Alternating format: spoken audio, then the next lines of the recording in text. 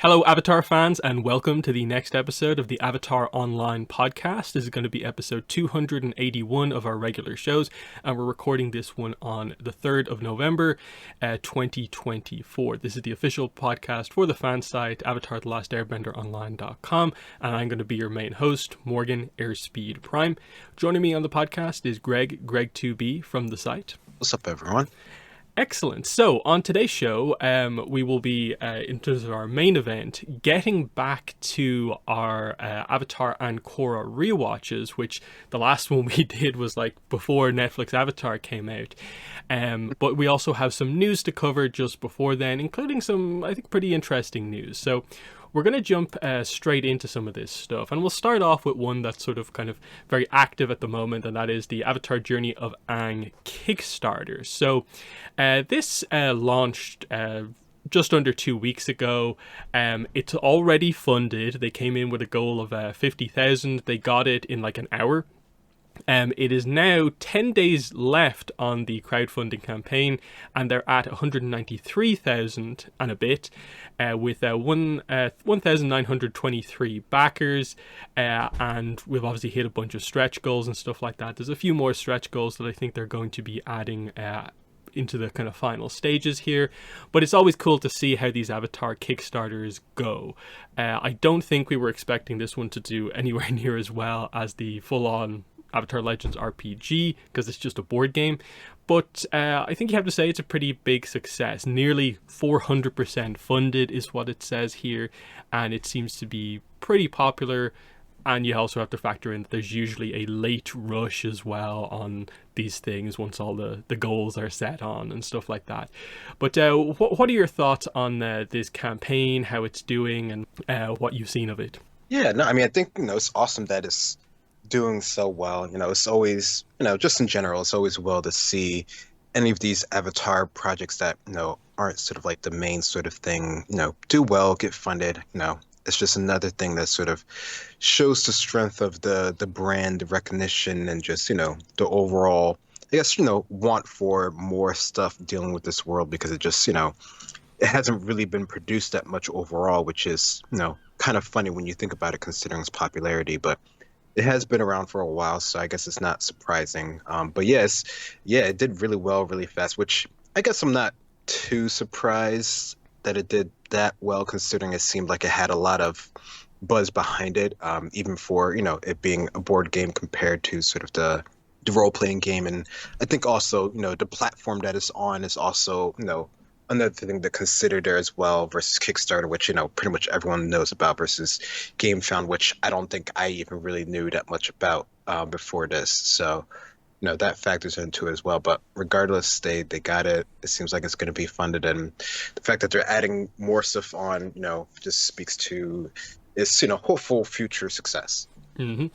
Yeah, it had slowed down a little bit, but then it kind of picked up again over the last few days, because I think they pretty cleverly added in a sort of like surprise kind of stretch goal of the dice tray, and they kind of did this thing where they said that, hey, if you back now, you get this as part of your order, and if enough people back, we'll extend this offer into the later stages of the campaign, because I think that's what usually happens in these things. Like the middle can often be a little bit dead as you get the final rush, but they seem to be trying to avoid that pretty well here. So not sure really what the end of this is going to be in terms of money amount.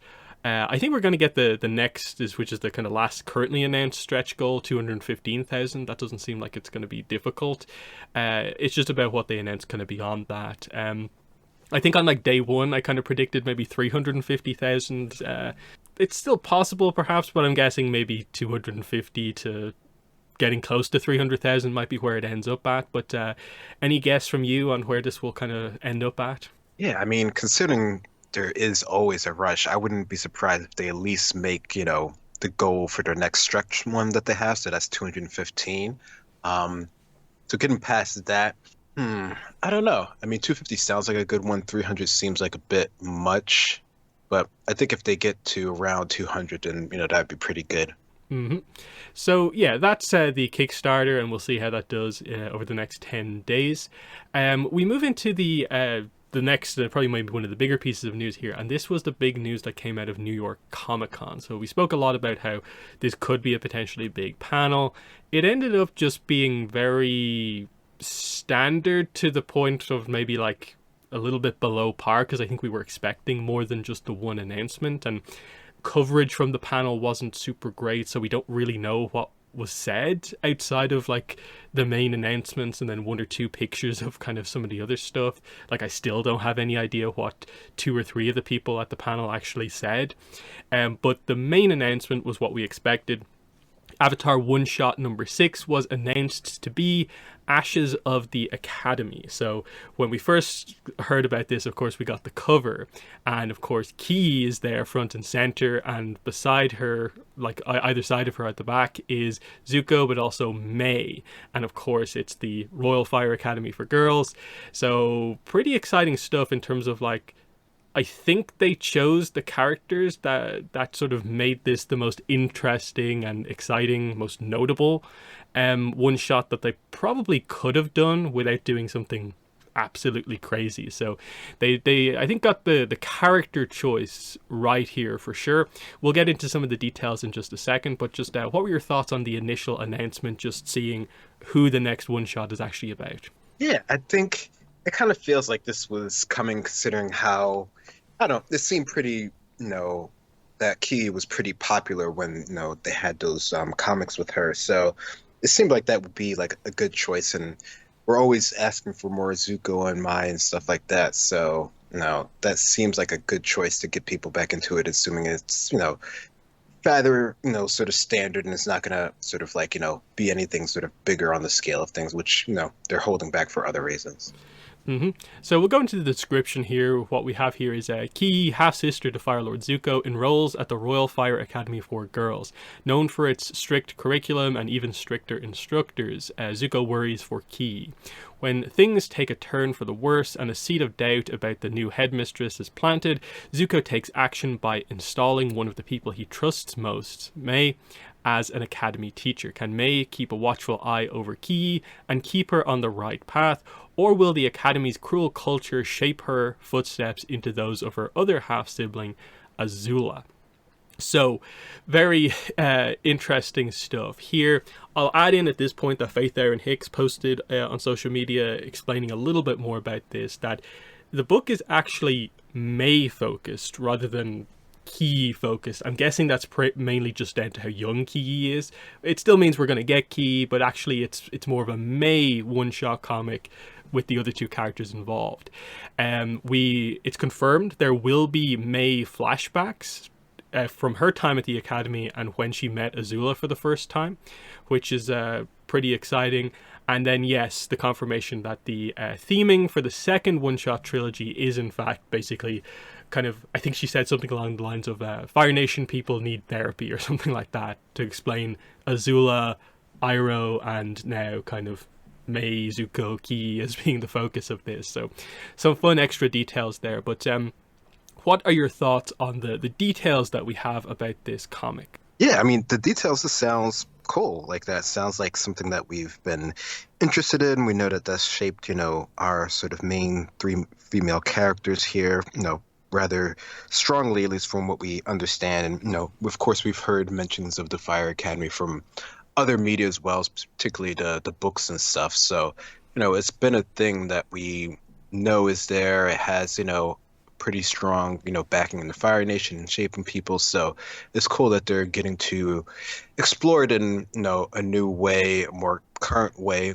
as far as the stories are going in the timeline there. So it's interesting to see how, it's going to be going forward. And, if we are getting the flashbacks, how it used to be in the past, since, a lot has changed since then. And that's even just a short amount of time, really. Yeah, that is the exciting thing. We've heard a lot about the Academy. We're, I guess, gonna properly get to like see it for the first time, really. I think Peter Wortman spoke about how there's a lot of corridors and halls or something like that in the art. So we're going to spend a lot of time in here with interesting thing for Mai as a teacher. That's an interesting one.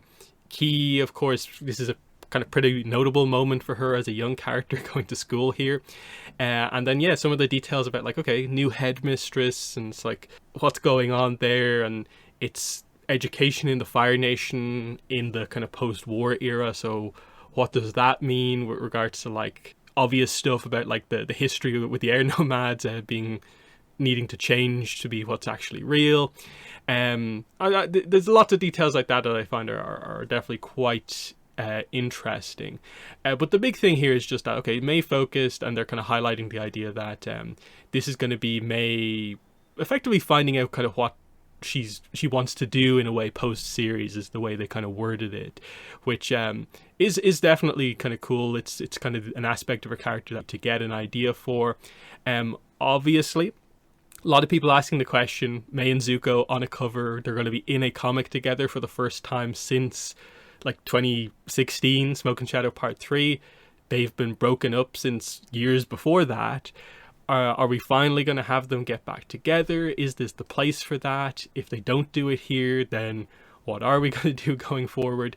It definitely seems positive towards that relationship. It says in the description here, Zuko takes action by installing one of the people he trusts the most, May. So it's definitely positive in that sense. It's just about, okay, like, are we ready to bring them back together, or is that going to be somewhere else in the franchise? But what are your thoughts on that? That's probably one of the biggest things the comics have done, is broken up this relationship. We don't have complete confirmation about who, like, Azumi's mother is. So how do you view May and Zuko's relationship heading into this?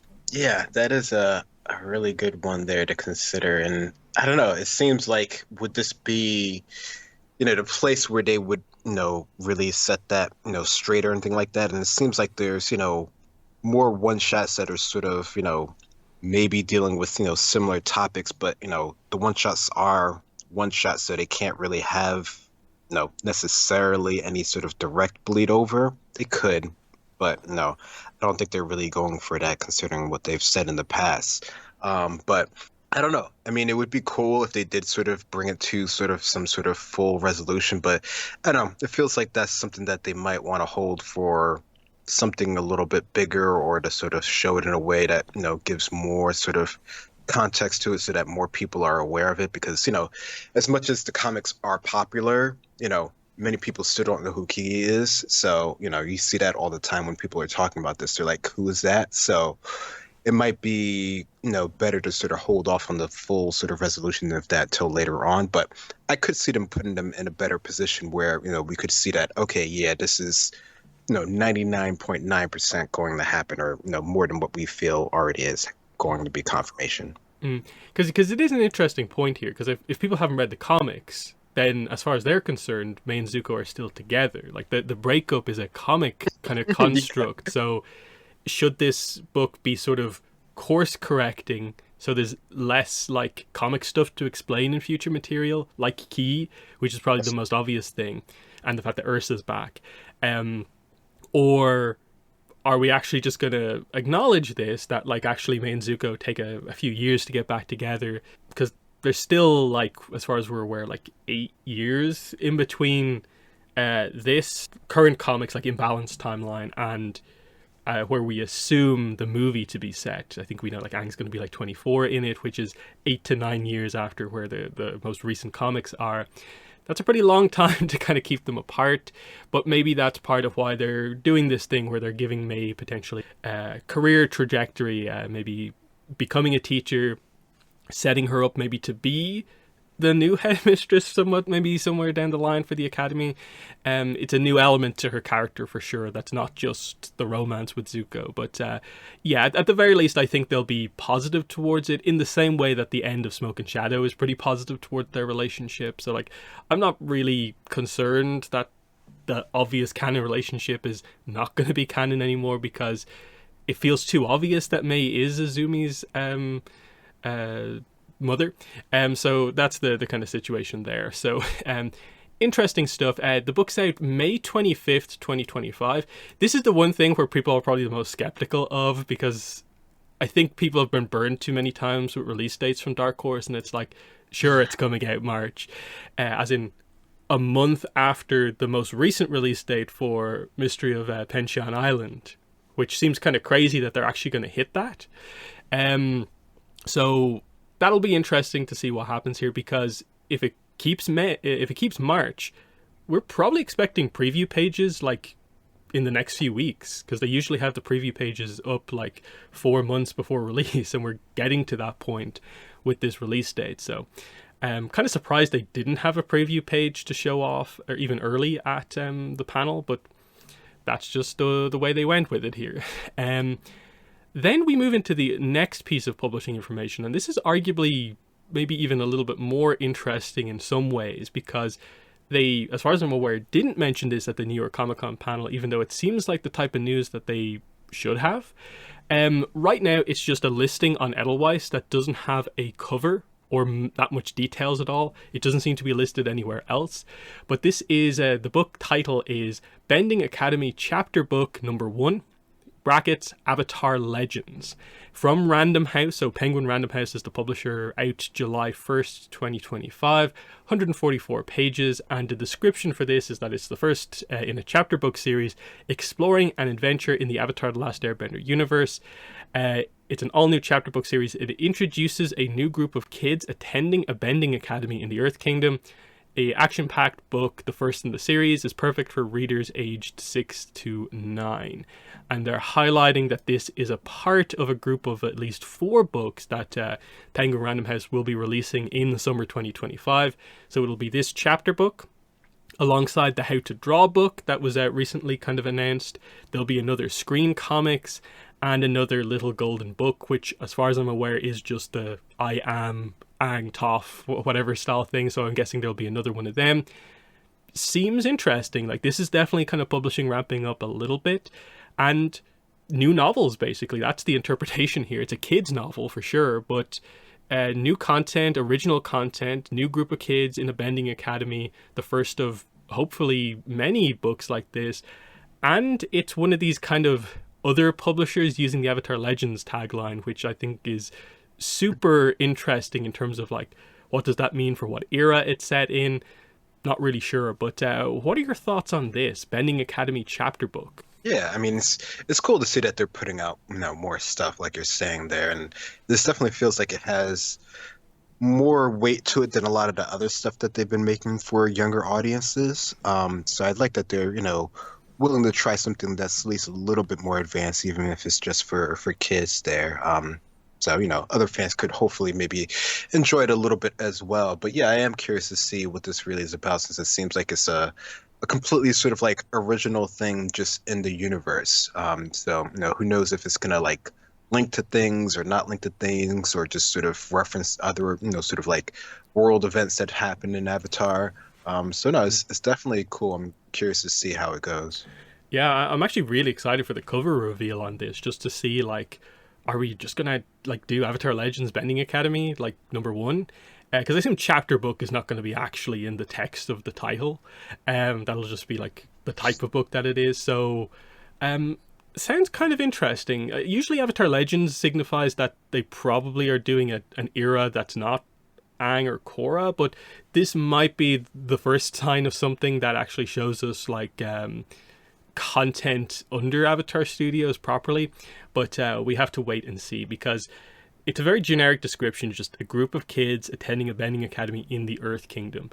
That could be said in effectively like any era, but the one point I might make about this is just that if it is just basically a bunch of Earthbender kids attending a Earth Kingdom bending academy, that sounds a little bit kind of boring, or it might not be as exciting as it could be. So maybe utilizing the kind of later Aang era or the Korra era, where the world's a little bit more kind of spread out with the nations, could be a bit more interesting, where you have like a firebender at the academy as well. But any like brief speculation on what you think they could do with this idea of like a kids at a Earth Kingdom bending academy? Yeah, I mean, I don't know. I'm curious just to see sort of how they frame the world in terms of like teaching the kids at the academy, and sort of the whole history aspect of things. Because like you're saying, depending on what era it's in, that could, really, involve a lot of different things. I mean, I don't know if I feel so, if it's only like Earthbending Kids, would it be particularly super boring? I guess it depends how they sort of frame it and Mm. things. And I think it would be cool if they like did one for each of the nations for each one of the books. That might be cool to keep it sort of continuation things and see the different perspectives. But yeah, there's not too much to go on now, but there's, definitely a lot they could do with it. Hmm. So yeah, that's one to definitely keep an eye out for whenever they announce the cover, because out on the same day is the How to Draw book. That just got its cover revealed as well earlier on in the week. It's not really worth talking about because it's just a stock image of Aang on the cover, but the timing of its cover reveal probably suggests we're going to get the cover for this soon-ish, I guess, but it could still be a while. We don't really know for sure. Next is the potentially big, news, and that is some Avatar Studios news. But as usual, not like officially communicated to us. This was just like found news here from. Interestingly, the source on this is the United States Copyright Office website.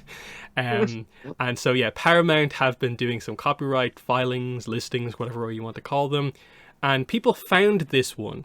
And it's from Paramount Animation. It's for a motion picture, and the application title says that the movie is called Lost Realm.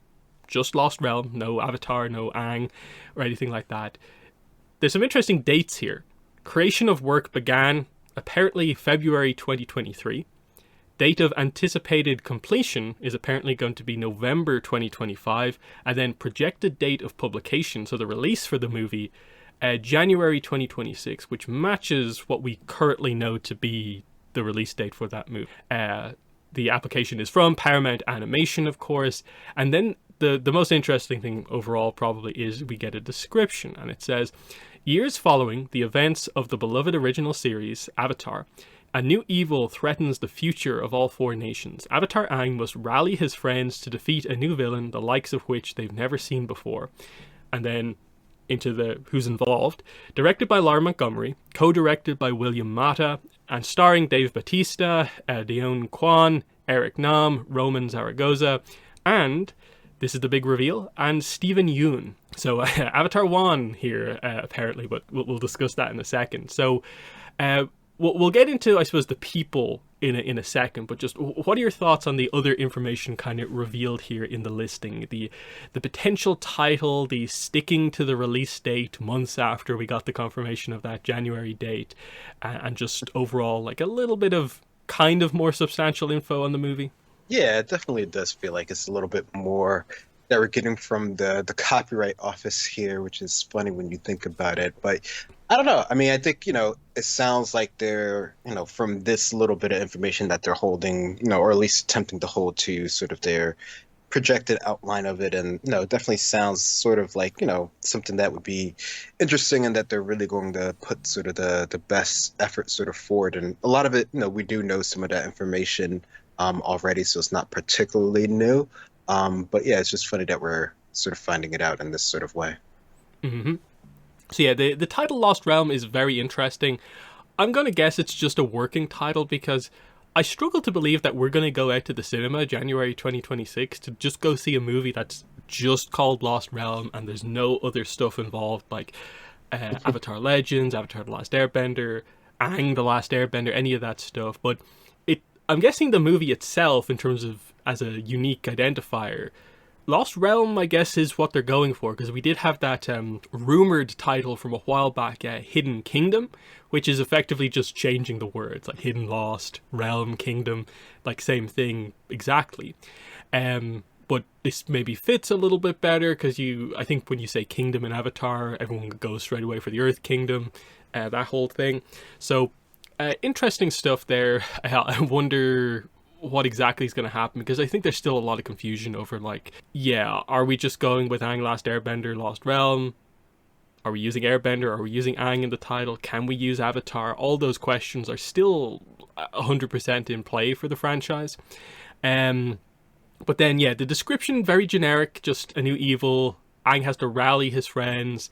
Maybe you can read into the idea of apparently it's a new villain, the likes of which they've never seen before. That either just means it's a new villain, very broadly, generically, or the the type of villain, why this villain is so powerful, is unique in some way. And a lot of the speculation, I think, has been like maybe spirit enhanced, where we've seen it before elsewhere, but I don't think Aang has faced like a spirit enhanced character in that way. That could be interesting. So I don't know. Did you have any thoughts on that? On the very basic description that we got for the movie? Yeah, no, that really could be almost sort of anything in terms of like what they're gonna fight from, like you're saying, like an enhanced sort of person to a spirit directly to just, I don't know, something that we haven't even sort of like thought of really. So I don't know. Yeah, and then kind of going into a little bit more speculation, there's obviously the idea that Steven Yeun is involved, and if it is that he's back to play Avatar 1, Lost Realm could mean sort of like effectively a place almost lost to time, that like it hasn't been touched in full on 10,000 years, and so Avatar 1 might know about it, but no one else basically does, and that could like address the idea of like that's a lot of bending evolution in that time, ancient bending. That could be an interesting thing, but we probably do need to address the actors here. So everyone except Steven Yeun has been announced previously. Notably, they don't list Jessica Matten here, but she's also completely 100% confirmed. And then we also have to address that Dante Bosco is not listed here, but as far as I'm aware, Dante Bosco has not been officially confirmed to be involved in. A lot of rumors were basically confirming he's involved, and that's been the case for a long time, but he's never confirmed it. I don't think there's been official information that has actually, like, from a proper source confirmed it. A lot of people just running with the idea that it's a heavy rumor and adding it to other confirmed information. So I think there's three main takeaways from this, which is that either Steven Yeun is back to voice Avatar 1. He's either here to play a completely new character, and he's here more for kind of name recognition, and he's been in the franchise before. Or the other thing that's kind of come up as speculation is he maybe our new Zuko voice actor to play adult Zuko, because Dante Bosco hasn't been confirmed just yet.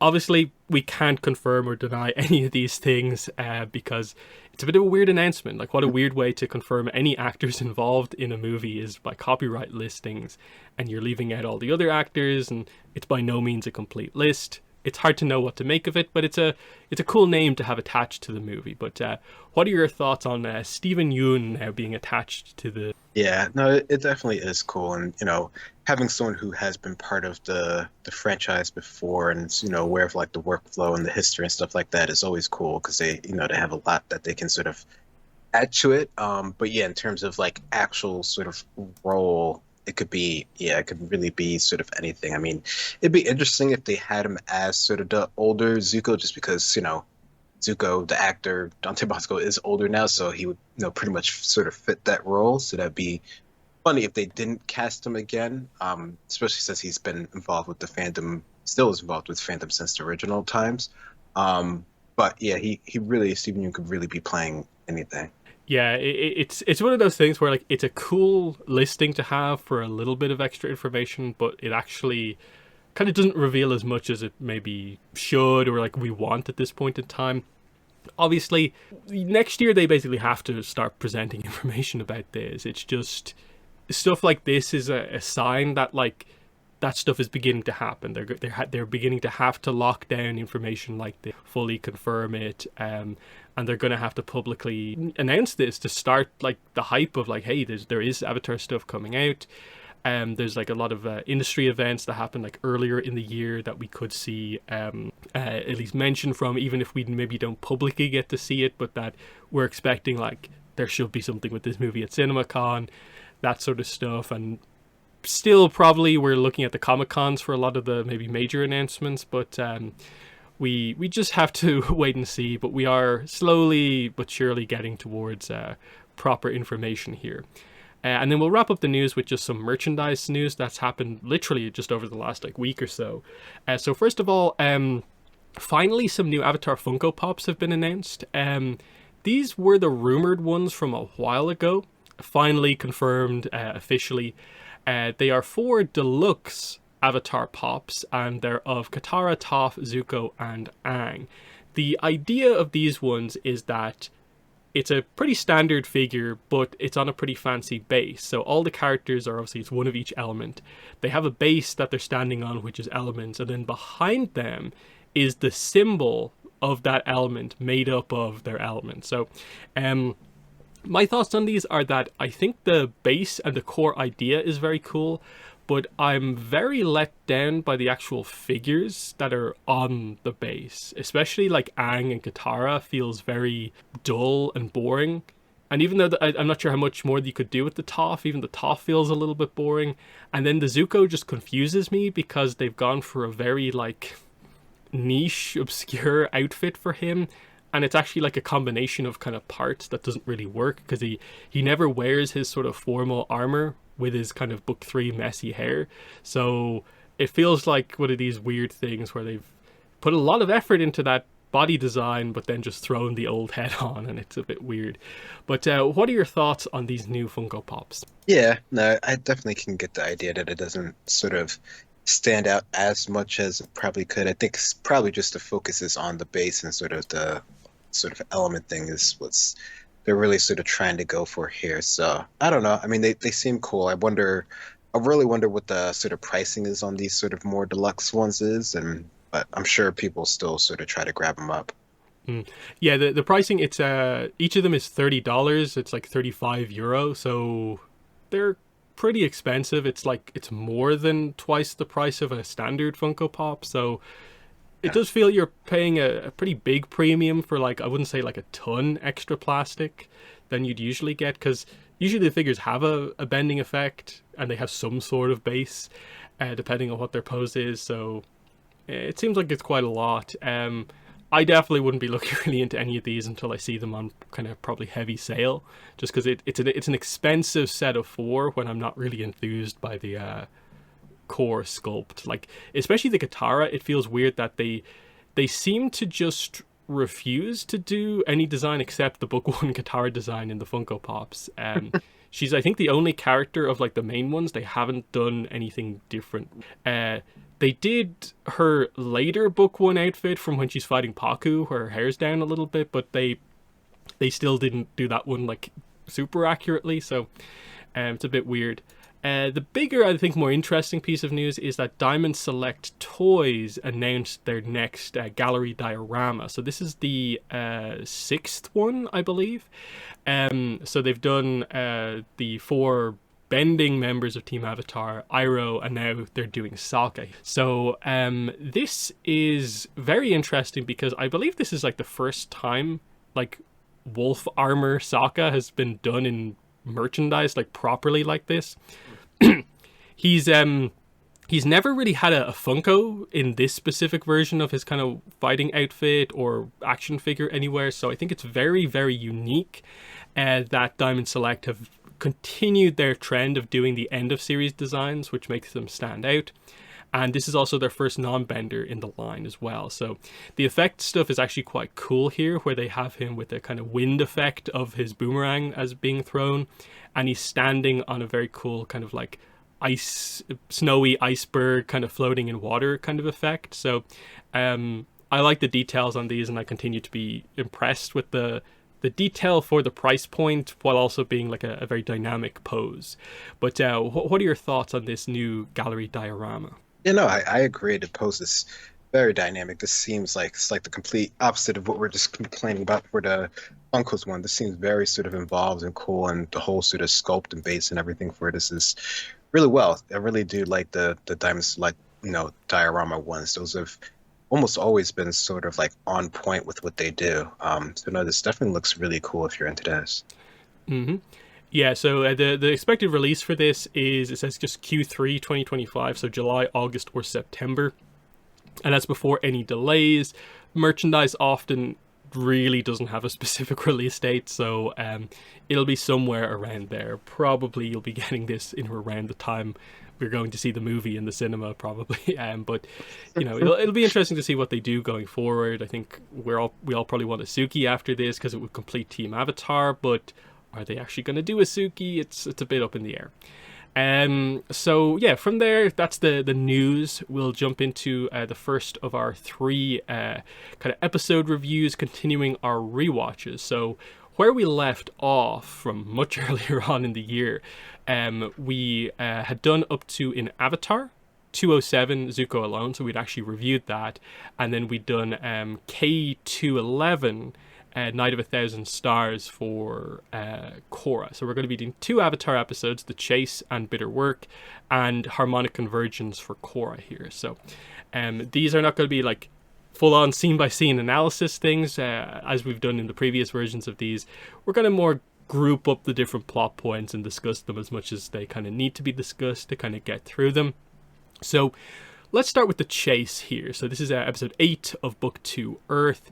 And of course, this is our first post-debut episode for Toph, because of course Toph wasn't in Zuko alone. So that's a lot of what this one deals with, is Toph interacting with the group properly, what the dynamic now is, while at the same time they're being hunted down by Team Azula.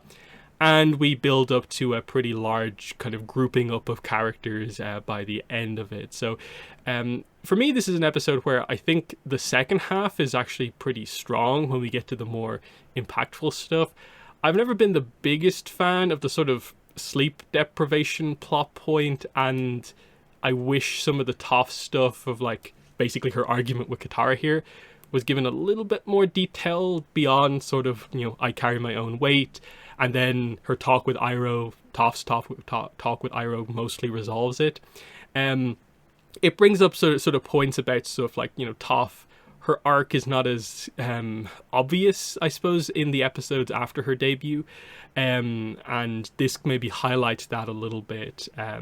So it's not one of my favorite episodes of the show, because I think there's always going to be good episodes that you have to rate lower down. And for me, this ends up kind of being on that end of things, but it has some really good stuff at the end with the big fight and Azula being involved and stuff like that. But it's not a, I suppose, fully complete episode in terms of like everything is amazing start to finish for me. But what are your overall thoughts on The Chase? Yeah, I think for me, this one, I don't know. I think the whole sleep thing, for me, it works more or less just because it's a way to sort of force the characters to interact in sort of like a stressful situation that can either sort of like make or break them, and you can see how they act with this. I mean, this might be, sort of like a little bit too sort of early to do it with Toph, because we really are just sort of getting to know her, getting to see her in the group, the whole sort of dynamic of things. So it definitely doesn't, sort of help them, in that sort of regard there. And definitely when, things ramp up, it is, a more interesting episode, but that's also where a lot of the action is as well, which normally gets a higher rating in these things for the most part, depending on the episode, of course. But no, I think overall, definitely, it could be sort of one of the lesser ones, but it definitely has some cool bits to it that we get to learn about some of our characters, and just having this many characters together by the end of things makes it sort of worth it to me. Mm-hmm. Yeah, the only other point I'd make is just that I do feel the sort of like group in a stressful situation is done better in like 3 episodes time in the desert. So it maybe feels like a tad bit repetitive, and like you said, it's just a little bit early to go straight to the kind of argument with the group, and Toph's introduction maybe could have been done a little bit better, but I think with this and the next episode it ends up working out, I think, reasonably well.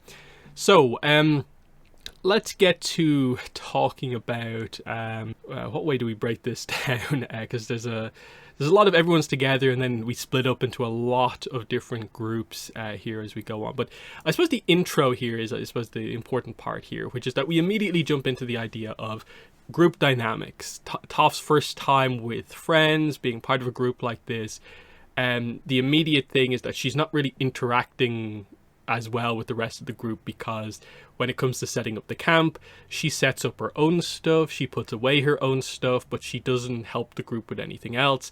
And the implication is that she does her stuff so quickly, she doesn't allow anyone else to help her with her stuff. And you can sort of see the problem sort of straight away, is that she's to a certain degree not used to, or she's overly used to seeing people kind of help her, and she really tries to avoid that at all costs. And this is what we get to with the Iroh discussion later on. But it mostly results in initially Katara and Toph coming to blows over this. because Katara kind of thinks everyone should do their part, but Toph is just doing her own part. And then as we go through the setup of like Team Azula beginning to follow them, the initial kind of minor argument becomes amplified by the sleep deprivation, and suddenly Sokka gets annoyed, Aang gets annoyed too, and this eventually forces Toph to kind of leave on her own because she kind of gets blamed for things. Everyone says the wrong thing to each other. It's a little bit drama-y for how early on it is, and like I said, it could have been better done overall, but it's nice enough. You get the point, especially once they make it very clear later on with Iroh what the point is.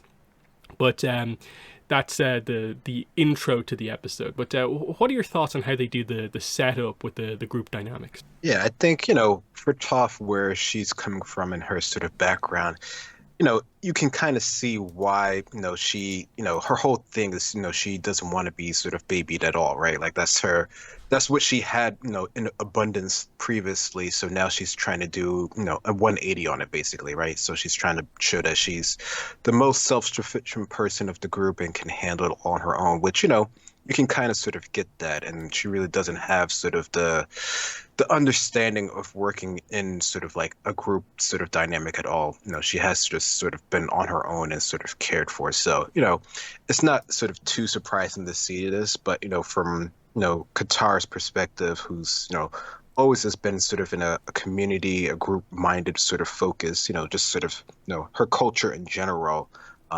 it definitely just sort of comes to her odds and ends. And like you're saying, yeah, with the sleep separation, it definitely sort of amplifies it, which, is understandable, but they're all just sort of, new at this, which I think, they do get that across pretty clear.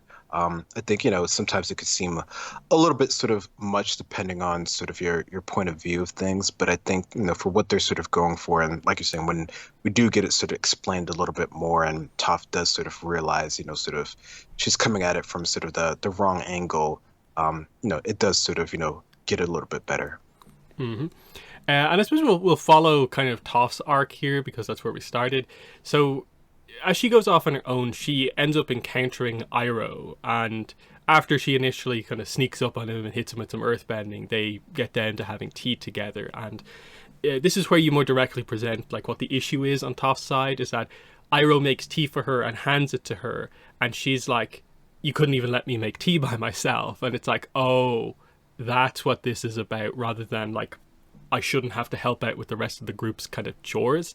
It's more that she is so used to being thought of as kind of helpless by her parents and everyone around her as Toph Bei Fong, but she's completely changed that with the Blind Bandit, and it's about like who knows and doesn't know that, and most people when they first see her only see the blindness and kind of think they have to kind of overly kind of dote over her, and she doesn't want that.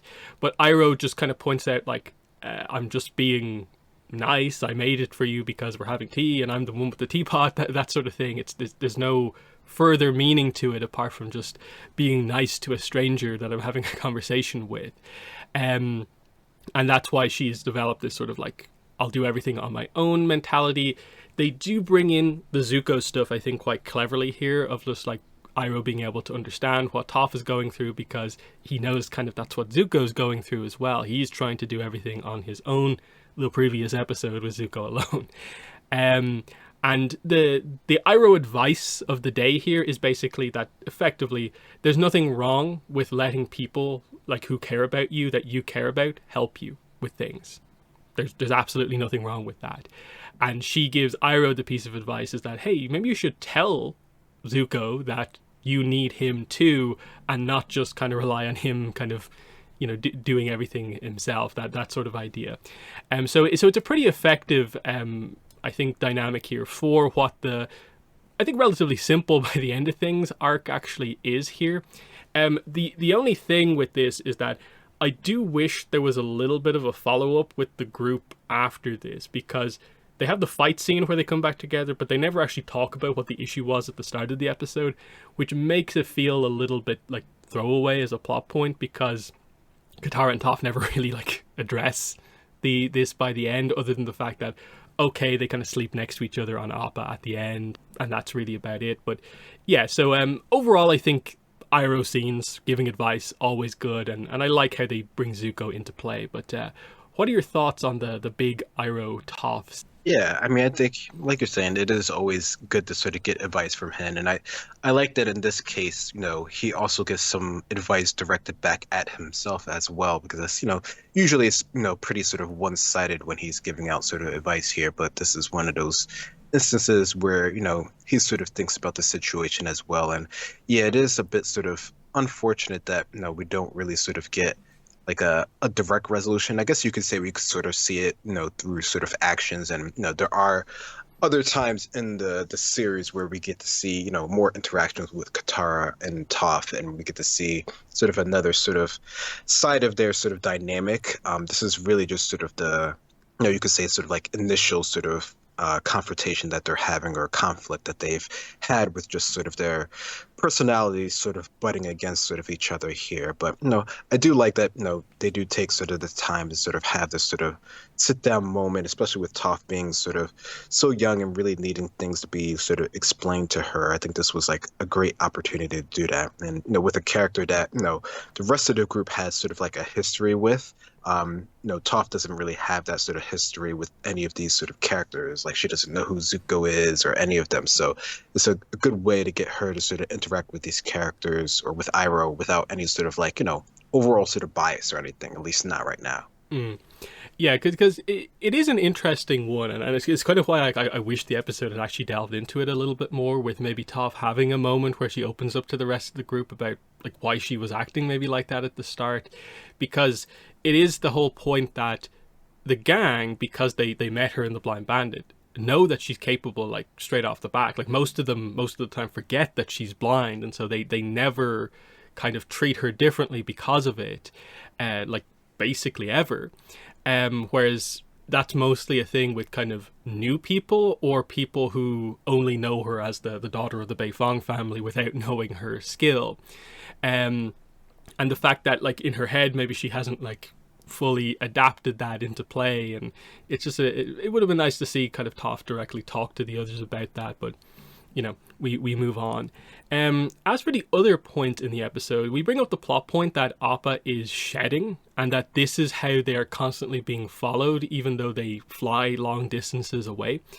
And so Aang uses the fur to like distract, as a freshly cleaned Appa goes off in a different direction. So this is where we get a bunch of different groups going off, and we end up with like Aang versus Azula, and then we have Sokka and Katara versus Mai and Ty Lee, and then Zuko arrives out of nowhere and joins the Azula-Aang conflict, and then suddenly everyone arrives in that kind of village at the end. And it's a very cool sequence overall, because you get some kind of fun details, like this is the first like proper time Azula reveals that, oh yeah, I'm Zuko's sister.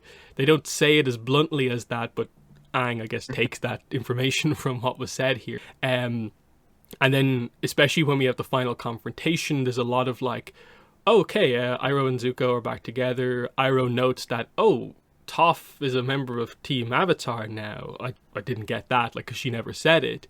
And then, of course, I guess Toph only realizes after this that she's just met basically one of the team's kind of enemies, quote unquote, which is a very fun dynamic. And like you said at the start, it's just, this is what you get when you have most of the main cast kind of interacting with each other in like one really, really big scene.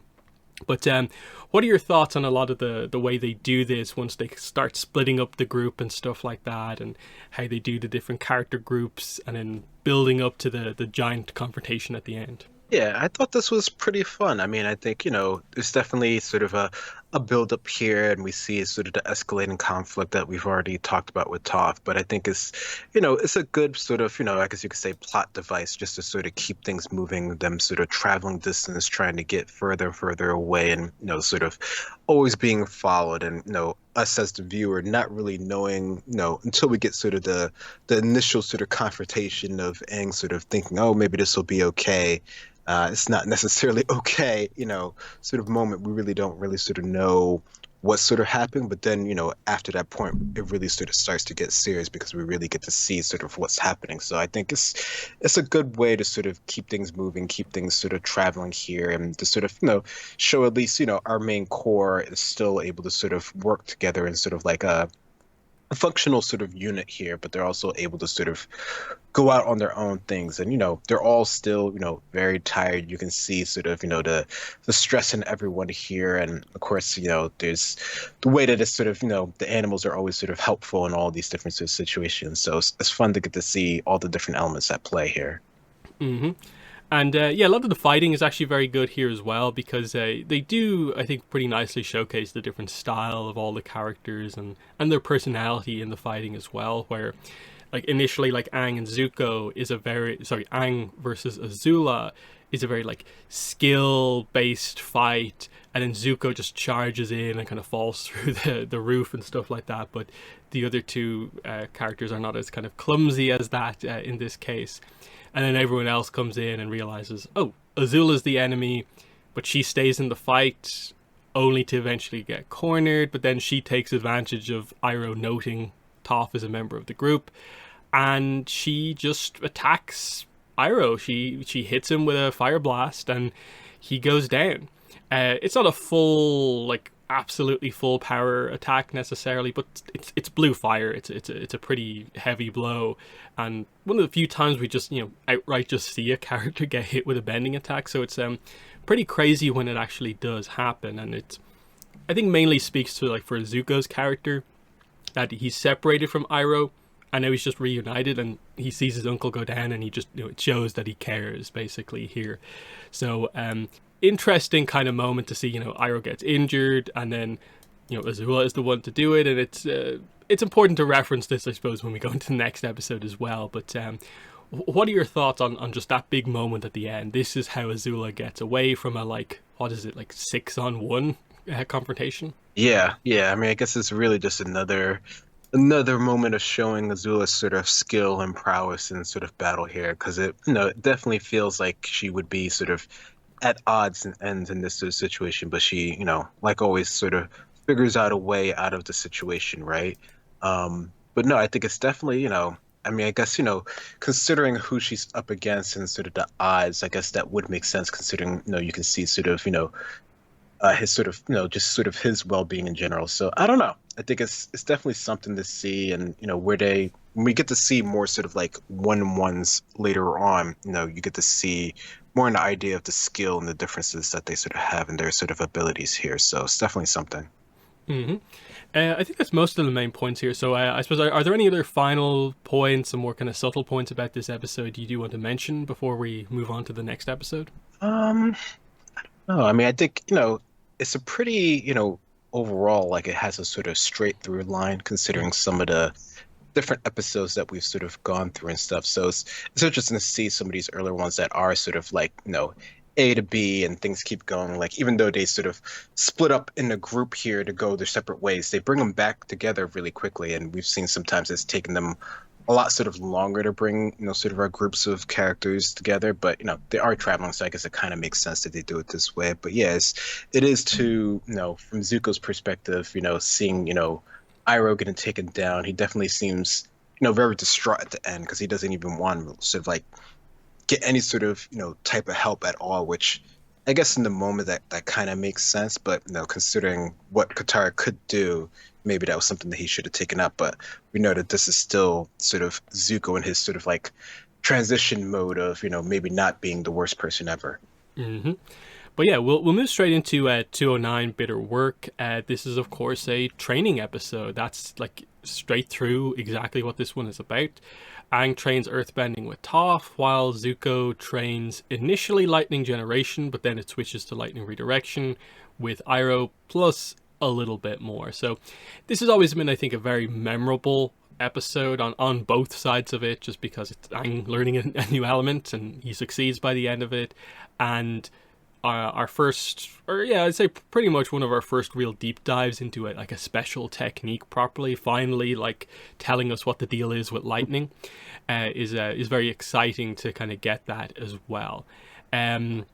Plus, this feels like a pretty good, Toph kind of centric episode as well, because we get to see sort of here's Toph as a teacher, and the dynamic with Katara and their different teaching approaches is actually quite good here, as well as the bending philosophies of each element is also plays here, because Toph is very much a quintessential earthbender and Aang's a quintessential airbender, so you get that dynamic as well. And there's just a lot of I think a lot of key information that just gets in generally discussed in the fandom really kind of comes from an episode like this, where it comes to yes, this is the general description of each of the four nations, and in terms of really just highlighting what they're at their core about, and the fact that it's Iroh telling that to Zuko is very, very interesting. So this is always a pretty memorable episode.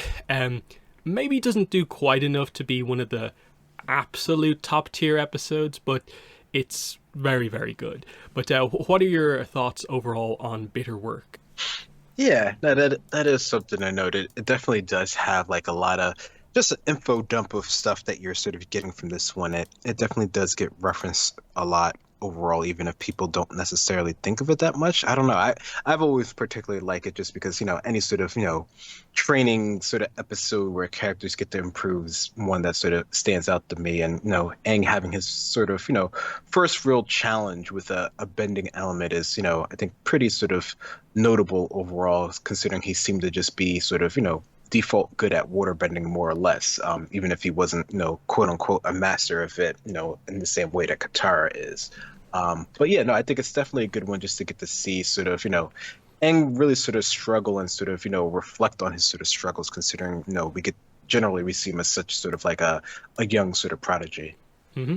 So let's start this one with the kind of the much smaller kind of C plot of the episode, and that is Sokka wandering off on his own to look for meat, encountering Fufu Cuddly Poops, getting trapped in a hole, and then it kind of comes around to latch on to the Aang training with Toph episode in terms of protecting Sokka in this vulnerable state is why Aang is finally able to sort of stand his ground, face something head on, and we get that out. So it's a very comedic focused side plot here that doesn't really amount to anything, because the second he gets out, all of the promises he makes immediately don't amount to anything. But it's, I think, just a really memorable and I think funny C plot here that they nicely, I think, linked into the rest of the episode. And yeah, it's always cool when they focus on an animal here, like the saber-tooth moose lion, and we get to see the baby version and the adult version, and that definitely adds to it as well. So what are your thoughts on Sokka's antics in this episode? Yeah, Sokka definitely, he wants to do better and stuff like that, but his core, he's the meat sort of guy here. But yeah, it's a fun thing just to sort of get to see him sort of interact with another creature from the world. I think that always stands out in the Avatar world, so it's always sort of fun to see here. And just the idea that they're sort of using it as another sort of plot device for Aang and sort of him and his sort of learning, I think is really a good way to sort of wrap it all together. I think that's a really nice sort of story beat. Mm-hmm. I suppose I think Katara deserves a little bit of spotlight on her own here, because she's kind of a part of the Aang Toph one, but I think she plays an important role in the episode, because they do some interesting things here where, of course, she's the very supportive one. She's been Aang's teacher for a while now. She's trying to give Toph advice on how to be the most effective teacher for Aang. Initially, Toph doesn't really listen to her, but then by the end of the episode, Toph subtly realizes that actually that approach is probably for the best, and it ends up working out really nicely. But then there's the other thing of initially at the start of the episode, Aang is very formal with Toph, like Sifu Toph, and Katara's like, hey, you don't call me that, and Aang's like, well, do you want me to? And it's a very kind of we probably need to talk about that a little bit. But then by the end, he actually does call her that just of his own kind of volition, and it's this very important moment for Katara to finally be get that full respect from Aang, that he really does value her as a proper teacher and not just a friend who happens to be teaching him waterbending. And I think that was a really nice, subtle moment of the episode to just see kind of Katara get that respect as a teacher as well, while also being kind of the key to helping Toph teach Aang earthbending as well. So kind of Katara, this kind of subtle MVP of the episode to a certain degree. But what are your thoughts on Katara in this one? Yeah, no, she does a really good job of supporting sort of Aang and just sort of his learning process in general here. Because, like you said, she has been teaching for a while. She is, in the group considered the more water master of the two of them, even if they have sort of, I guess sort of were both sort of trained by Paku, but one clearly took, sort of the studies a lot more serious than the other here. So I think, Katara definitely deserves the Sifu status in this sort of, instance here, especially since she has sort of been, really focusing on his sort of training and stuff here. So no, I agree. I think that's a really nice sort of way to sort of, move their sort of, relationship dynamic in terms of master and student here along. Mm-hmm. Then we get into Aang and Toph actually training, and it all starts out very positive because Aang is excited to learn a new element, and Toph is kind of excited to teach as well. But very quickly we see that Toph's approach to being a teacher is not really going to work for Aang or potentially anyone, especially if you like go into like say the comics and stuff like that in terms of her teaching other people as well. Like she definitely has an arc to go on of like learning to be the required teacher that is needed here. And this is all about the contrast of kind of approaches in everything.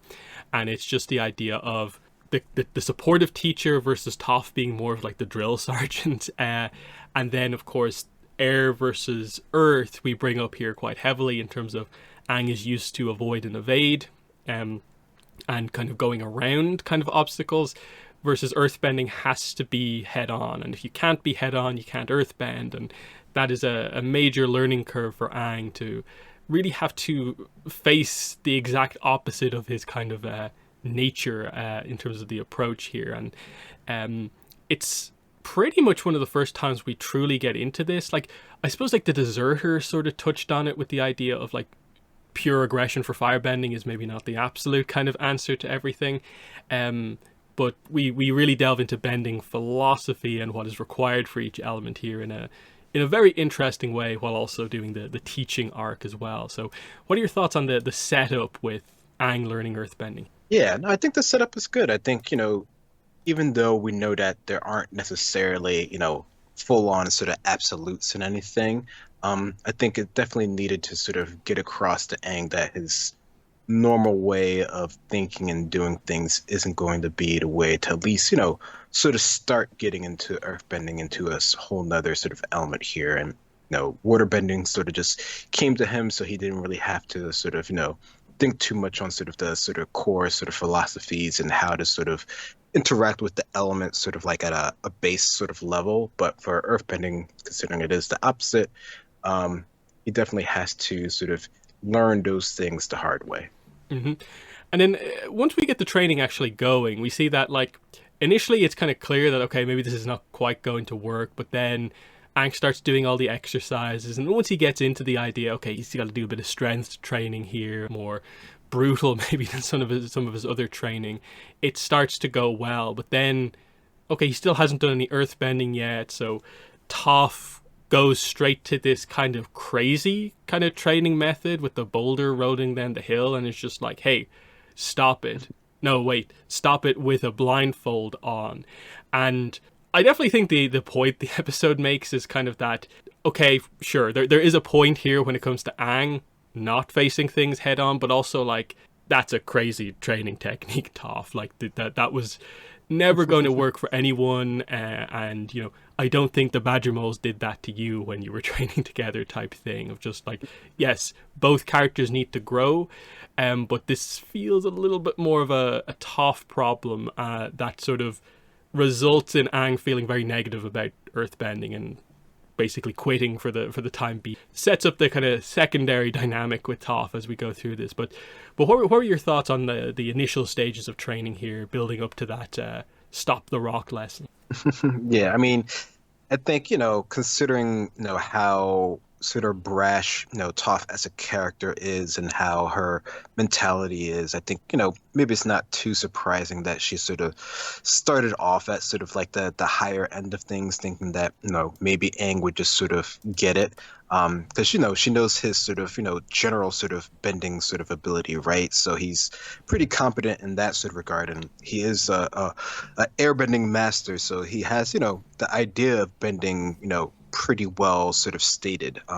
Clearly that doesn't sort of translate to sort of earth bending here, but no, they do get to the point, like you're saying there, where, training wise and sort of mentality wise, he seems to sort of, sort of get it.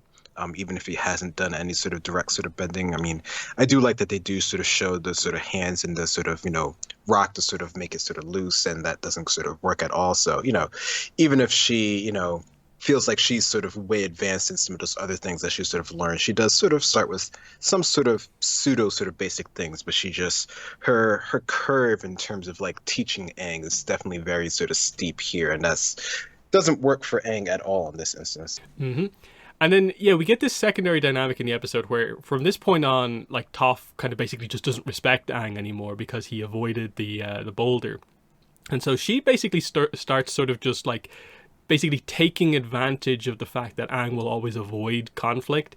And it's just like, oh, hey, I could just, like, take his stuff and, like, mess around with it because he's never actually going to confront me to take it back. And so she's just like, hey, prove me wrong, basically, is her kind of new approach in the episode. So she's very just casual in the background, and she lets Aang just do his own thing after this. And it's at this point Aang finds Sokka trapped in the hole, and we have to try and get him out, of course. And we build up to the whole Aang finally stands his ground by facing off against the fully grown Sabertooth Moose Lion Cub.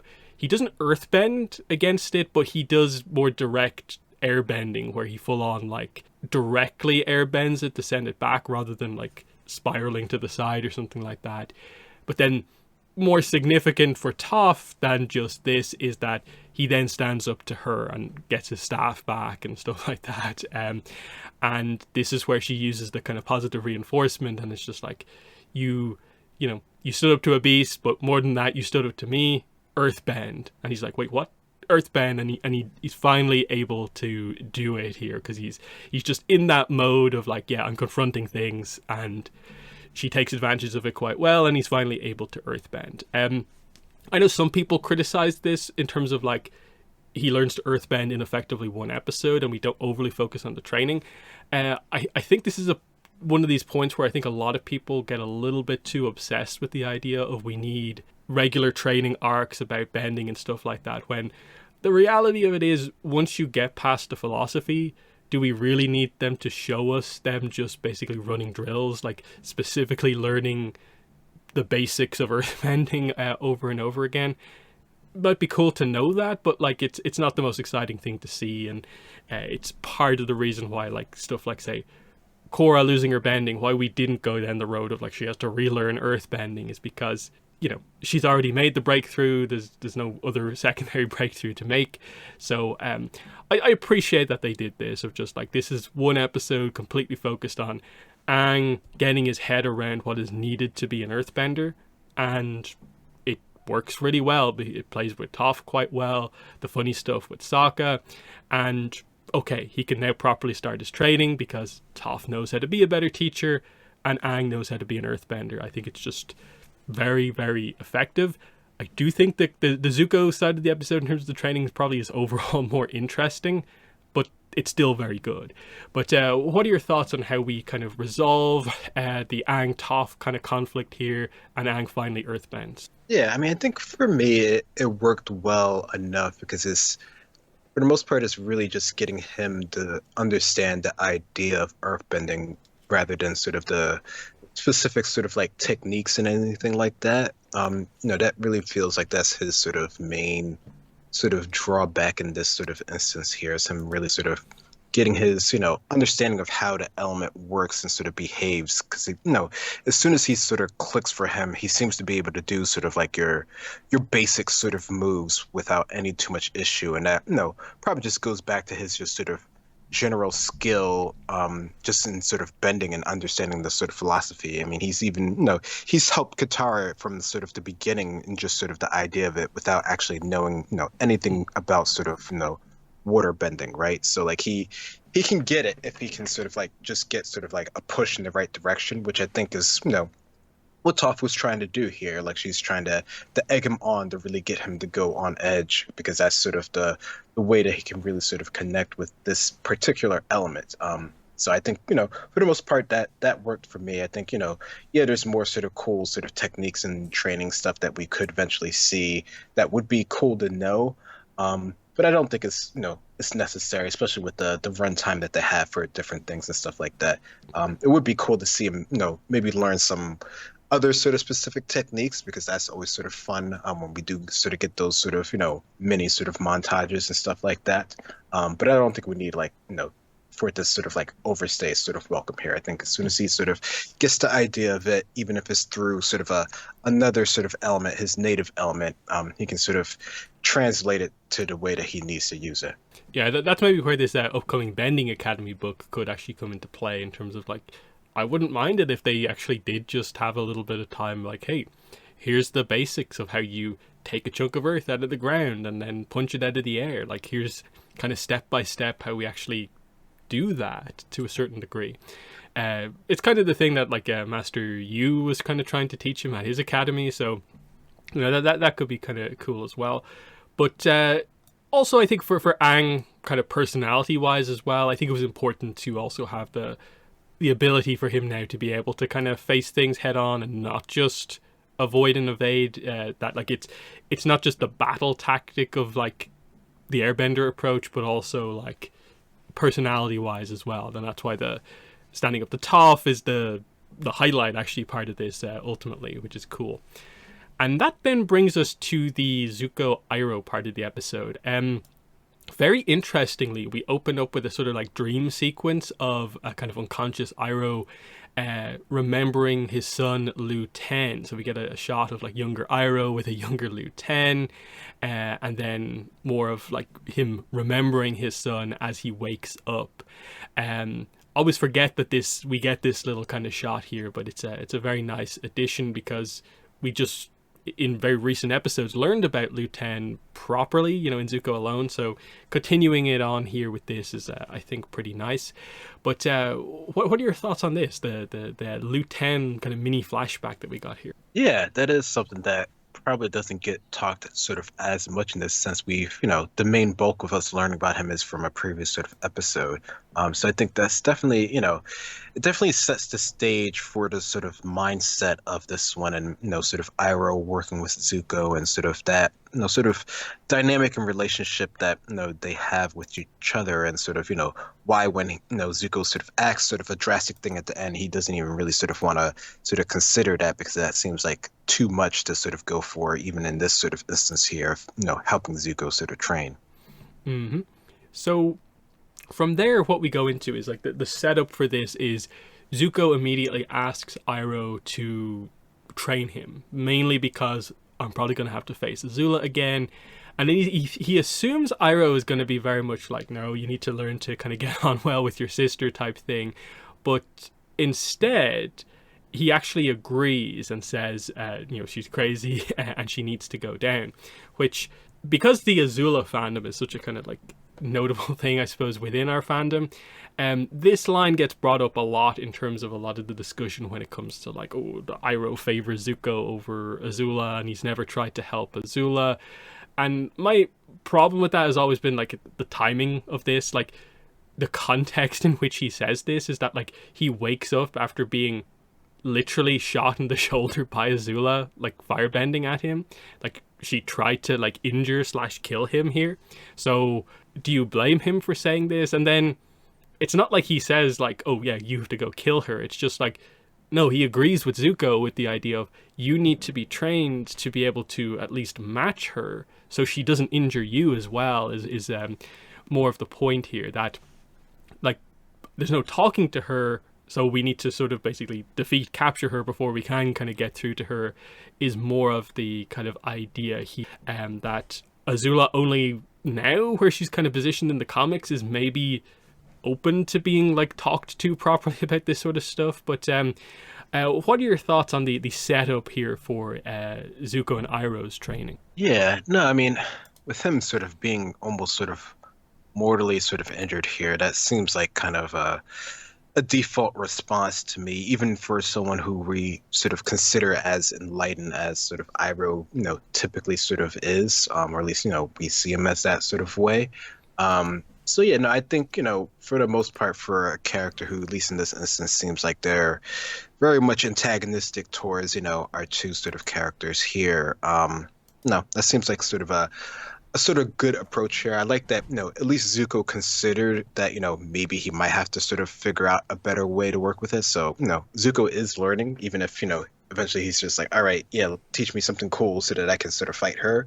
At least his first instance isn't necessarily to sort of take her down or something like that. So no, I think it's a good enough sort of setup for their whole sort of training here. Mm-hmm.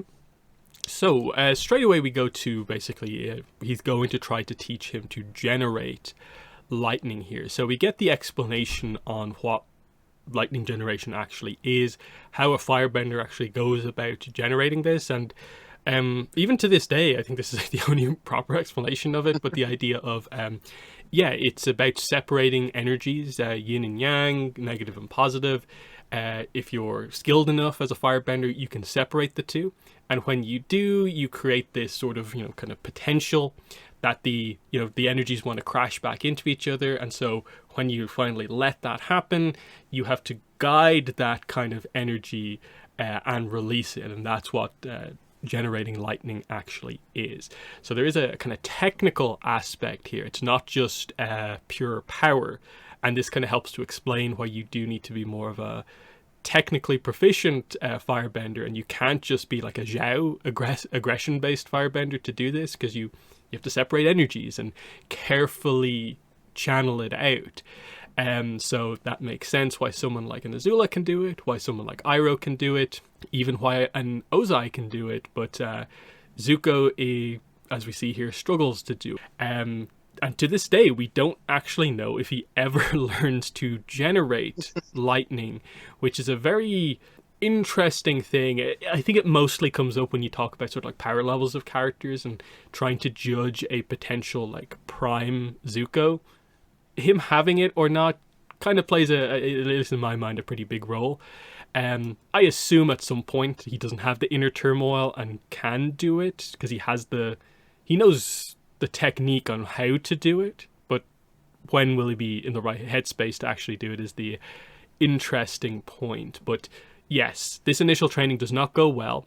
It literally blows up in his face, so it's cool to see that this is what failed lightning actually looks like. It's kind of similar to sort of failed combustion bending in that it is just sort of a more fiery explosion rather than the thing you're actually trying to produce. So obviously he's, I guess, not separating the energies properly, or when he brings them back together, it's not controlled enough, so it doesn't form lightning, it just creates a big fire burst. But yeah, what are your thoughts on this? The explanation of lightning bending and the fact that Zuko can't do it. Yeah, I mean, considering that this is still Zuko figuring himself out, considering the explanation that Iroh's sort of giving of the technique and sort of what goes along with the process here, I'm not too surprised at this moment that Zuko doesn't sort of have the correct sort of mindset in order to sort of complete this sort of technique. It definitely feels like it's something that you have to be really in tune with yourself, even if yourself isn't, necessarily the best sort of person in the world, because we've seen clearly other characters can do it, and we consider them on the bad side of things here, but at least they know themselves at that moment in time and what they want. And Zuko here is really still trying to figure that out. So, like many things, and he says himself, it's just sort of blowing up in his face, and it's not really sort of doing what you want it to do. And yeah, it definitely does feel like it's like other techniques that you're trying to learn, and you just sort of don't quite have the right thing down. So it just sort of, blows up in your face over and over again here. And it definitely feels like it's just another sort of struggle point for Zuko. And yeah, it would be cool to see, officially if he can do it later on. And it definitely feels like from what we've seen of him as sort of like a older character that he's he seems to be more at peace. So you would think that he would be able to do it at that point in time, but when would he really have sort of the need to do it, or what would be sort of the, I guess you could say, like, extreme situation where this technique would really be useful in his sort of mind? I mean, I guess we have seen it used in sort of more sort of, I guess you could say, mundane ways in Korra. Um, but for him to use this, it feels like it's something that he would really have to, I don't know, have a real sort of reason for it. But who knows? Maybe we'll see that in future projects. Yeah, like what if this enemy, the likes of which they've never seen before, needs lightning to be taken out with? Yeah, Because that would be a huge moment. Like people coming out for of the sure. cinema, like the reaction to like Zuko actually generated lightning by himself for the first time. That's a massive moment if they did that. But yes, so yeah, lightning generation off the cards for Zuko right now. But Iroh realizes how bad of a headspace I suppose Zuko is in after this kind of blow. Because the line, it almost comes across as like slightly humorous when he's just like, it blew up in my face, like everything always does. And it's like, haha, oh, that's actually quite serious. And especially when you factor in like the final scene with Zuko in the episode, it's like, oh no, like this was very important that Iroh had like a secondary technique to bring up here to, create some positivity. And I like how he introduces this, that like, hey, this is a technique that even Azula doesn't know. That like, because I basically invented it myself, lightning redirection. So it's the same style of bending, it's just not as, I suppose, complicated, but it is dangerous. There's a technique to it, but it's not as, I suppose, technically complicated here. And he explains that this one is actually based on water bending, because of course, waterbenders have a lot of like, they take the water out down by the side, like swing it around the back, send it back, kind of even more powerful. That sort of like redirection of waterbending, letting it flow. And it's the same with lightning redirection here, where you basically have to take it in through one hand, you kind of channel it across your body, make sure it doesn't go to your heart. It has to go into the sea of chi. Maybe this is where we introduce the Dantian, referencing our Korra video game information, and then out the other arm as like the release of the energy. So very cool to highlight that this technique that we saw for the first time in the storm, all the way back in book one, where we had no clue what lightning bending actually was, Iroh demonstrated it back then. So very cool stuff there, and we'll get to the end scene in a second here. But what are your thoughts on this kind of effective introduction of the idea of like, oh, a secondary lightning technique? Yeah, I mean, I think, the introduction to it is really cool. I mean, just the idea that, something that we've considered to be sort of like, all powerful in terms of like, a firebending technique does have a counter to it. So it just shows that there's, balance in all things, not everything's sort of absolute here. And it's definitely something that, feels like it would be something that, Zuko, considering everything, would be something that he would evolve into doing and understanding. And of course, we do eventually get to see how he uses it. But no, I think it's really good that, Iroh is able to sort of bring this up, frame it in a sort of a positive way. And it's something that, really seems to sit well with Zuko, at least until he tries to get sort of hands-on experience with it. Yes, we also need to talk about the Iroh's sort of a nation/element speech here. This is probably, it probably is the most famous scene from this episode, like just a screenshot of the sand drawings that he does of the symbols. This is very cool because it's, I suppose, Zuko kind of getting this for the first time, the idea of Iroh just talking positively about all four nations, all four elements, and Zuko kind of being like, I know you said it was based on waterbending, but why are you telling me all this stuff? This is meant to be like Avatar stuff. And he just highlights that, yes, that's what makes the Avatar so powerful, is that they use skills learned from all four nations, all four elements. You can do the same, as evidenced by the fact that, hey, it's a fire technique with a water spin on it, and that can help you be better as well. That's a major learning point here, is that like this is the difference between like an Iroh and a Zuko compared to like a lot of other Fire Nation people, is that this concept of learning from the other nations is not something the other firebenders are interested in, but for Iroh, especially, being part of the Order of White Lotus, it's especially important, and Zuko comes to realize this as well. So, really love the speech here because it's a perfect way to frame sort of like what makes each of the nations unique as like a people as well. And I like that they even though the airbenders are gone, he still mentioned them here as like they had a good sense of humor and stuff like that. Their spirits were free. That approach, it's a really really memorable speech from the series. But what are your thoughts on the big Iroh speech? No, I think the speech is great. I think this is, like you said, is definitely referenced quite a bit. It gives us sort of like a quick base lesson on each of the nations. It, gives us an idea of sort of, why the Avatar is so, respected and powerful, and how, you can learn from it as well. I think it's, our sort of like, many of our sort of like learned characters or wise characters are, able to sort of incorporate sort of different techniques from other sort of elements and, just other people that they've been around. So it definitely feels like this is the right sort of route to go about sort of like, improving your skills and making yourself sort of stand out, because it's not something that, like you said, many other fire sort of nationals would even sort of consider learning from the other nations because they're just sort of so focused on themselves, right? So like if they can't learn it from someone on their own nation, then it must not be worth it. But here we can clearly see that it is sort of worth it. Mm-hmm.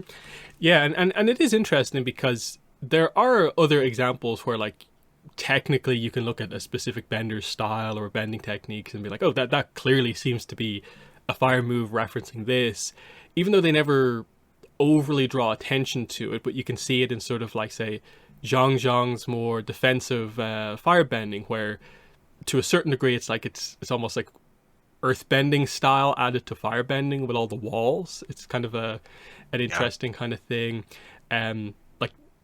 Some of Katara's moves, like clearly, like we know, like there's a bit of earthbending, sort of bringing up the pillar, shooting bits of it off. That's kind of like that, and they don't highlight it as much. Like one of the references from the novels is that apparently, like Karuk, this was his kind of approach to bending, is to be very kind of fluid with the styles and moves, but his teachers would often say like, no, they're meant to be separate, but he felt that was too rigid, and like that actually no, there's value to creating this like fluid style, integrating kind of everything together if you can. So always interesting to see that, and I suppose this is where we get to sort of the Korra era, and we have more like bending involving different martial arts, maybe not as much the elements kind of coming together, but a little bit of that. So it's definitely cool. But the finale of this kind of sequence is that Zuko wants to test the redirection, as in fire lightning at me, Iroh, but he's like, no, that's crazy, I'm not going to do that. And so Zuko walks off very frustrated and annoyed, basically climbs a mountain in the middle of a thunderstorm to try and test it, kind of like Iroh did. And the big thing here with Zuko at this point in time is that he goes up to the mountain, all this lightning is happening, but basically the world refuses to shoot the lightning at him, as in like nothing ever goes his way. That when he finally wants the world to kind of like do something bad against him again, it doesn't do it, and it doesn't let him test out his new technique. And again, nothing ever goes Zuko's way. That's the kind of point. He was born lucky, unlucky, that sort of thing. He was lucky to be born. That's the negative sort of ending for Zuko in this episode, even though by the end of the series, him learning this technique is a huge part of like, how he's able to be so successful ultimately. But what are your thoughts on this interesting ending for Zuko's arc in this episode? Yeah, no, it definitely does highlight a lot of him as his character and his struggles and just his trajectory overall in terms of, what he wants versus what he sort of gets in the sort of life that he has here. And it definitely feels like it's, he doesn't necessarily have, everything go his way from the beginning, but this is still him, figuring things out, sort of understanding things and sort of, really sort of coming to grips with things. I don't know even if he did get struck, would he necessarily be able to sort of like, translated perfectly in this sort of moment. It still feels like there's a bit too much sort of turmoil for him and him sort of screaming at the heavens and stuff. Yeah, definitely. And yeah, it leaves Zuko in an interesting point where he's back together with Iroh now, so they're not separated anymore, but he's still at the sort of like crossroads of you can't forget what happened at the end of Zuko Alone, where it felt like all the progress he had made, he did ultimately go back to the idea, I'm the Prince of the Fire Nation, heir to the throne. That's still what he's looking towards, but he needs to kind of see that there is another path, and we're basically going to build up to the idea that he's going to be further separated from his goal in the coming episode. We'll get there, of course. So from there, we switch over to the one Korra episode we're doing for today, and that is K212 Harmonic Convergence. So this is the third last episode of Book 2 Spirits. It's part of the 4-part finale. This is the second part. And yeah, we, of course, end this one with Harmonic Convergence actually arriving. Vaatu is freed from the Tree of Time. But most of this episode is the kind of build-up to this. So from the end of the last episode, Raiko has refused to give Korra help. So it's left for sort of the kind of quote-unquote extended Team Avatar here to basically attack Unalaq and the Spirit Portal on their own and hope to break through and stop things before Harmonic Convergence comes around, which is that, again, the technical point here is if Korra can get in there and close one of the portals, that will stop Harmonic Convergence from happening. That's what they're trying to do here, because if not, Vaatu will have the power to break free because of how powerful Harmonic Convergence actually is. So yeah, I'm a big fan of this episode. I'm a big fan of Book 2 Spirits, and I'm always impressed going back to a lot of these episodes with just how much is going on, how much in my mind how well they use a lot of the characters. Like Boomy gets some really nice focus here in his kind of big moment of the season. That's actually kind of very well done. The Tonrock Unalaq dynamic continues to be really interesting. This is the episode where Unalaq, in case you were confused at all, this is where he directly reveals what his kind of goal, idea, motivation is about here. And there's just a lot of nice action.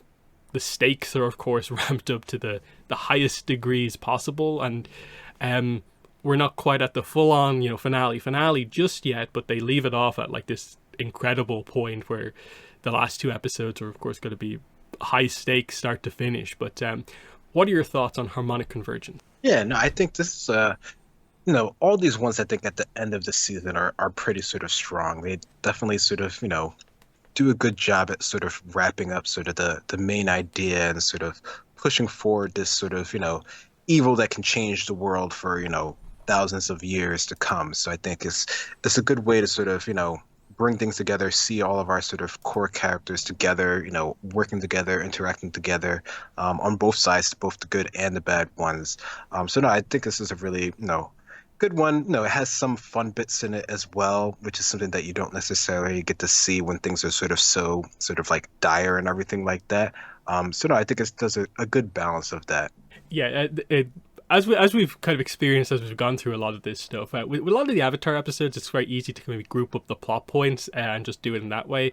Korra, there's just a lot in every episode. Every episode feels very, very packed. So we might have to just kind of go through this one a little bit more kind of scene by scene. But the early parts of this episode are basically that we address, okay, one of the kind of clocks that we're on is that Janora's body is dying basically because her spirit has been separated from it for too long.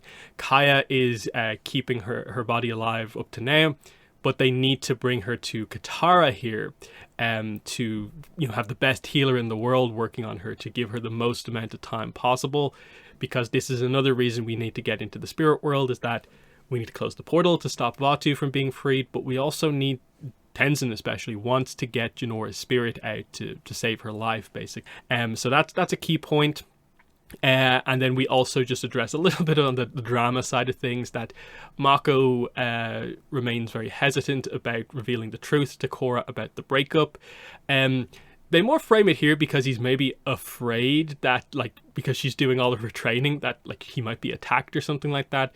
But there's also the kind of implication of like the timing on a reveal like this going into the final battle might not be right either at the same time. So a lot of people might criticize Mako for this, but this feels like okay, there's some weird memory stuff going on here. Should he just be completely honest or not? This is a bit awkward, but what are your thoughts on these kind of opening dynamics in this episode? Yeah, it definitely, there's a bunch of stuff going on in terms of like Korra really sort of, wanting to get back in this sort of situation. Mako sort of confused at sort of what he can do. Bolin sort of, egging him on here as, a brother would typically do, sort of, doing everything that he sort of said to him, back on Mako here. There's, a good bit of back and forth here. Some of it's for fun and you can see it, but some of it does have, sort of real implications with things going on because they really are on sort of a clock here. Like the whole idea of just Janora being so long out of her body and, showing that sort of strength from her character, definitely sort of amps everything up. I think you can get that across even with sort of Tenzin, who's usually, even though he does have sort of a more of a temper that you sort of typically would think of an airbender, it's even sort of more so shown in this sort of episode. Yeah, I actually like kind of aggressive Tenzin here because he's just so set on trying to like save his daughter's life that like he's talking about blasting through, crashing through, and his siblings are a little bit like, "Ooh, we've never seen you like this." But yes, so this means the plan has to be aggressive. Not just because Tenzin feels they need to be aggressive, but that it's really their only option here is to just do a kind of frontal assault because there's no time to do anything else, to gather other allies or anything else. The one clever thing they have is that Varric's ship, of course, has a plane on board, so they can do at least a kind of an attack from the air and avoid some sort of a like prolonged ground battle. But it's still a handful of people against, a fortified kind of nation basically here. So yeah, they're going to use it's a Sami on the plane with the brothers, and then everyone else is going to be on Ugi, and that's going to be their kind of air attack basically. And then on the other side of the episode at this point we get Eska and Desna going to see their father, and he talks about how his plan is about to succeed. They talk about how, the plan has already succeeded, like the water tribes are united, we can go home now, right? But they kind of don't realize that actually the more important thing for Unalaq, the only thing he actually cared about full stop, was this extra second layer to the plan. He doesn't really care about the politics or the water tribes because he says here, when he succeeds, there will be no water tribes, no nations. The world is about to be transformed because he wants Vaatu freed. And so he just highlights that they have to defend the portal because he just knows Korra is going to come and try and attack. So they will be prepared for this. But the big takeaway here probably is the first real signs of doubt from the siblings with their father, which we'll address more later on in this episode and going forward. But what are your thoughts on the plans on both sides of things? Yeah, I mean, definitely, I think you really get to understand that Unalaq's not necessarily doing any of this for the reasons that you sort of thought it was. And I think that, comes across pretty clear here when he sort of denies sort of, what the twins sort of are like, all right, we're good, we're out, but no, we're not sort of out here. So, the whole sort of defensive, sort of fortified positions, it definitely sort of speaks volumes of what they're, ready to do in this instance. And, the Korra and their sort of plan on the other side, I think, it's funny how they get to sort of the plan because, again, it's sort of Boomy and his sort of antics. But, in this case, they're actually able to sort of, extrapolate something sort of useful, I guess you could say, from what he sort of said in order to develop sort of a more sort of, even if it is still pretty sort of frontal here, at least it's not sort of direct and there is sort of at least some sort of element of misdirection, or at least that's what they hope will be.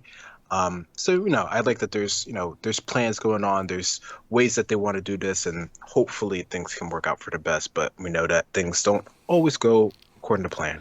Mm-hmm. And yeah, we basically get straight into the action at this point. It's pretty dynamic here. Like, yeah, the Mako and Bolin on the wings of the plane, Asami flying in. They're expecting to sort of like sneak in over the top, but then they realize no, they're fully prepared for us. So it's crazy aerial evasion from Asami. Then she gets them close enough to where the brothers can actually start bending. Interestingly, Bolin is bending the kind of remote explosives onto things, so he's very accurate with that. So they end up doing quite a bit of damage here, but it's clear they're against the odds here. And then we address that Oogie just behind the plane is being attacked by the dark spirits, because of course Unalaq can control them. They're not just doing their own thing. They attack Oogie to bring Oogie down. Everyone on Oogie's trying to defend, but the notable part here is that Boomy ends up falling off Oogie with a spirit, and we'll address this later on. So what ends up happening is that they get overwhelmed once Eska and Desna join the attack. This is what properly takes the plane down. And then quickly we realize, okay, Oogie's overwhelmed by spirits. Oogie goes down too. And yeah, it is a failed attack with hours, minutes to go until Harmonic Convergence is about to begin. So it's a pretty devastating and somewhat quick defeat, but it was the right thing to do, because I think it was always going to happen. Like the second Raiko said, like, we're not going to help you, it was always going to be against the odds, because there's only a handful of them versus someone who controls an entire nation. But what are your thoughts on this action sequence? Yeah, I mean the sequence is cool. It's fun. This is like a really sort of, dynamic, way of sort of showing sort of a small group against, a whole sort of large sort of encampment here. I mean, like you said, they do a good point of damage to the group overall. Like I think, with the sort of bending of the explosives from Bolin, I think that really does sort of, set the sort of stage here of that they can do a good bit of damage here. I mean, even Mako, his fire blast seemed pretty huge. Like they feel like they do like a good bit of damage here, at least in terms of being able to shoot him down from above, which, I don't know, maybe that's just sort of Mako and his skill in general here, but definitely feels like if they had more time and they weren't sort of taken out of the air by the twins, Eska and Desna, they probably would have been able to do a lot sort of more here. But, with the conjunctions of the spirits here, it really was sort of overwhelming. Maybe if it was just one or the other, they might have been able to do something. I don't know. Even still, that would have been a hard sort of way to go about it here. So the way of them sort of getting into the camp, even if this necessarily wasn't the way that they wanted to do it, probably did work out for the best here, unfortunately. Mm-hmm. And then we go into probably one of my favorite parts of the episode is just this, the captured kind of heroes talking together. Of course, Tonrock is here as well, captured by his brother. So we get the reunion of Korra with her father here. But then immediately, Eska and Desna come in, Unalaq comes in, and we try to talk Unalaq off the kind of ledge here from going crazy here. But of course, this is where he presents like what his overall goals are with this. Korra points out that, you'll be a traitor if you do what you're doing, a traitor to everything good that's happened in the last 10,000 years. And his quote in response is that, you think what Avatar 1 did was good, driving almost all the spirits from this world. The Avatar hasn't brought peace, only chaos. You call yourself the bridge between the two worlds, but there shouldn't be a bridge. We should live together as one.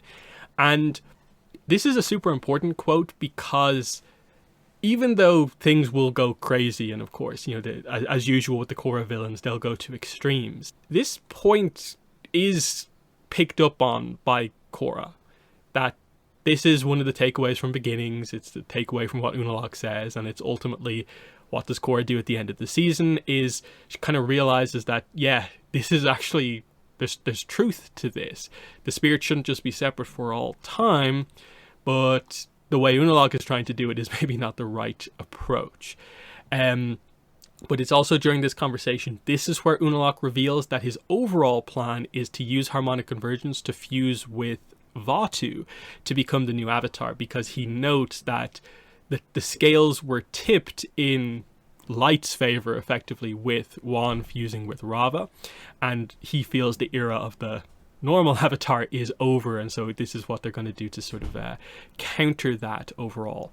We'll get to what Tonrock says in a second, but just what are your thoughts on the back and forth between Korra and her uncle here? Yeah, I mean, they definitely bring up a lot of different points about, maybe what was done wasn't necessarily the best sort of outcome of things. And even if it, in this moment, it definitely feels like he's already sort of gone too far and he plans to go, even further, of course.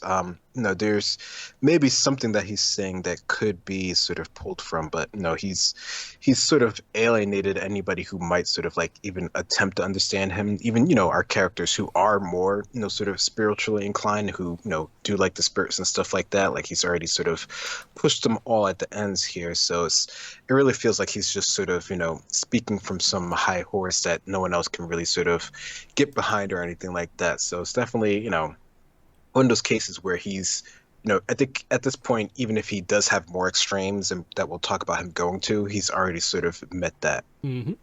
And then Tonrock tries to speak some sense into his brother. And this is also very good because he kind of notes that, look, you are, spiritual, you're connected with them, but you are still a man. You're my brother, you're Desna's father.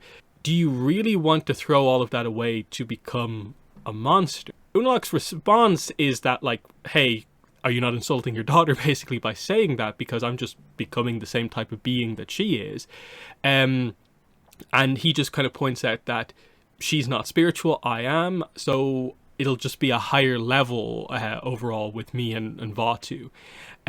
So he just kind of stands his ground here, that he kind of ignores this point, but Tonrock does hit on a kind of ultimate kind of core point here, because he is the character who is not particularly spiritual, so him bringing up the kind of humanity of like what's going on here is a quite important point, because in the end this is exactly what happens. It's the difference of like merging with the spirit of light versus darkness, and like one of them is a corrupting force, the other isn't, and that's what Unalaq has sort of failed to kind of properly calculate in all of this. He thinks he will be exactly like the light avatar, but just, it'll be him in control, when actually Vatu is the one who wants control, and we'll see that happen, of course.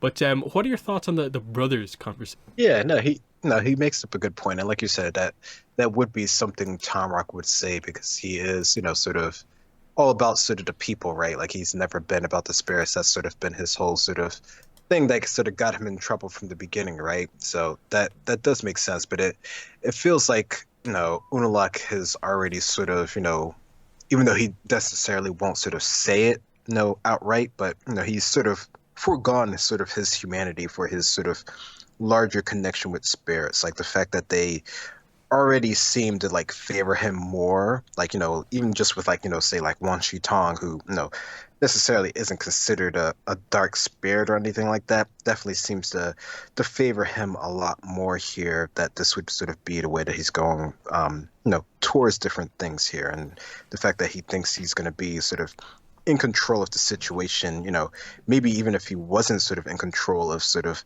Baku and sort of like a split when they merge, he probably might still be okay with that, just in terms of getting the end result that he wants. Mm-hmm. And then the final part of this important conversation is like we cut away from this a few times, but we come back to eventually. Korra trying to talk to her cousins, Eska and Desna, to make them kind of see sense here, convince them that, did you not just hear like what he talked about in terms of his plan? Like he wants to fuse with Vatu. Like, are you okay with that? You do realize that if he does that, he won't be their father anymore, because I think the point that's being made here is that this is the sort of idea of like, if a spirit fuses with a human with the wrong intentions, they will be like morphed, versus with the right intentions, that doesn't happen. So that's what's being made here, of just like, yeah, the monster point, effectively. Desna emotionally, kind of oddly for him, kind of steps up and is like, he defends his father as being like the wisest person in the world. But you can see in his eyes that he definitely has doubts, is worried, and that what Korra said is actually true. And I do like this arc of like, these two are so loyal to Unalaq, but this slow, steady arc of the doubts slowly coming in works really well, because of course we had that scene from a few episodes ago where Desna got hit by the portal when they tried to break through with bending, and Unalaq didn't care. And there's all these little moments that have been adding up, and now things are getting to the last moments, and I do appreciate the subtlety of what we're doing here. But what are your thoughts on Korra talking to her cousins? Yeah, no, the build up over time has been really good in terms of like getting them to see sort of the reality of the situation here. Like, they had this idea of why they were even here in the South in order to sort of bring peace and unification, but all of those things have been slowly but surely sort of stripped away, and their sort of original purpose and original goal here doesn't really, make any sense. It doesn't really hold any water anymore. And I think, Korra's trying to get them to see this. They've already sort of seen it themselves, and it's just, one more thing is going to have to sort of drop, and then they're, fully going to be able to sort of see things for what they really are. Mm-hmm. Now we finally will address Bumi and what happens with him. So we see that him and the spirit that he was fighting have landed in the snow. So they have a bit of a one-on-one where Bumi does some pretty cool hand-to-hand, but of course it does nothing to a powerful kind of spirit like this. He then throws a knife. Again, doesn't do anything. It gets fired back at him. He dodges it. And so with nothing else he can think of to do, he takes out his flute and starts to play. And it turns out that this dark spirit actually likes the music, and so he forms this plan, especially once Naga and Pabu arrive, that like, okay, I'm going to save the day here because all dark spirits apparently like music, and I can use this to save the day. So this is what he does. He sneaks in, plays the music, and he does draw spirits in, but it's only at the last minute he realizes that, oh no, they're just coming because I've basically alerted them to my position, and it was only that specific one spirit that liked the music. It turns from being this like, I'll turn the spirits to my side, to just full on chaos. He goes basically full like Jar Jar Binks mode, I suppose is the best way to say it, where it's just he accidentally like succeeds in destroying the entire encampment, winning. There's some fun stuff that happens here because he gets into a mecha tank. The mecha tank then gets sort of quote unquote empowered by the spirits jumping inside of it, and it just goes like crazy, and this is what effectively destroys the entire camp. He's eventually able to sort of like get out. He ejects, slides into the room with all the main characters through Eska and Desna, and it's Naga who ends up knocking those two out. So he has saved the day by complete accident and a small bit of skill. And I like the counterpoint from the start of the episode that he's tried to come up with all these plans involving his old kind of crazy antics that no one believes, and here's one of them that's actually happened, and he just realizes that there's no point telling it because no one will believe what actually happened. So super fun sequence, I think, is probably the main thing to say here.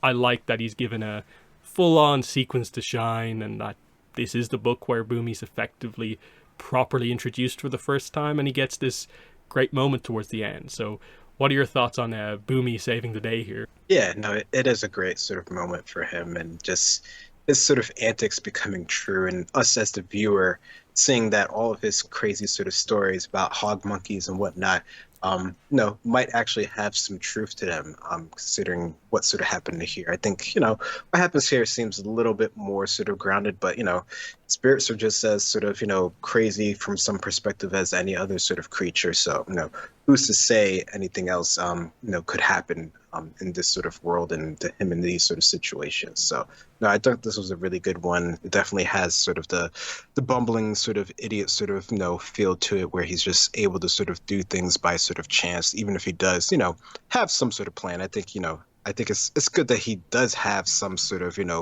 background and sort of leadership and military. So he has like structure to what he wants to do. It just, things never work out the way that he has planned, but they still work out in the end anyway. So no, he's a fun character to be around, and it's definitely a great sort of sequence of events. Mm-hmm. Yeah, and it's kind of funny in reflection with him that like he's minutes away from basically being kind of made into an airbender, because the event that he's trying to stop is actually the event that will turn him into an airbender. Because my assumption is definitely the world being engulfed by energy as we see it is effectively the thing that kind of causes the airbenders to happen. I think we know that for sure, but we'll get to that. Just before this, though, we come up with the like, okay, we're free. We can go into the portal. Who's going where? So immediately, Korra sends her father back with Asami to be healed, which makes sense because Tonraq obviously got very badly injured by Unalaq in their fight in the previous episode.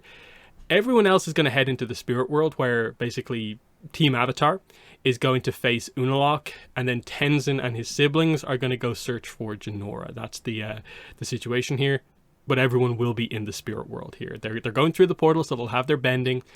And as part of Korra's speech here, I like that she goes silent with the idea of, and if we fail, it's basically like it's the end of the world. Like we're all going to die. The world's probably going to end in some form or another, and it doesn't even need to be said because we know what the stakes are at.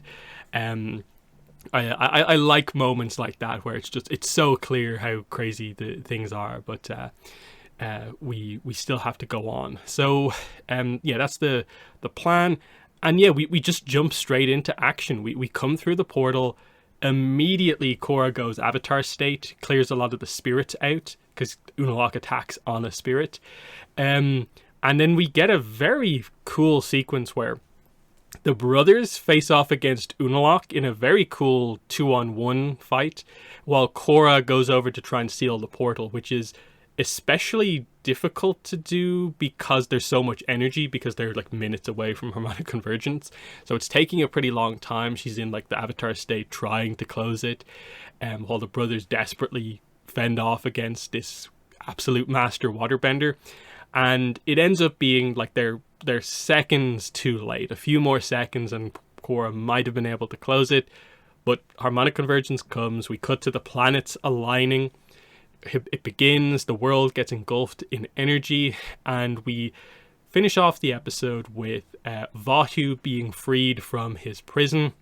He's out, he's huge, and he's ready for some revenge after 10,000 years of being trapped in the tree.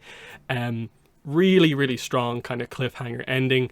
The look on Korra's face as she kind of encounters the kind of being that she just like saw in the vision of Wan is kind of very, very interesting. Now she has to face the legend like herself. It's kind of very, very interesting. But what are your thoughts on all this crazy action that happens here in this final sequence? Yeah, no, this is it's a good sort of way to sort of end this and to sort of show that this was really sort of a desperate situation here. Like the brothers, they're trying their hardest here, but even as skilled as they are and their teamwork is, almost sort of impeccable.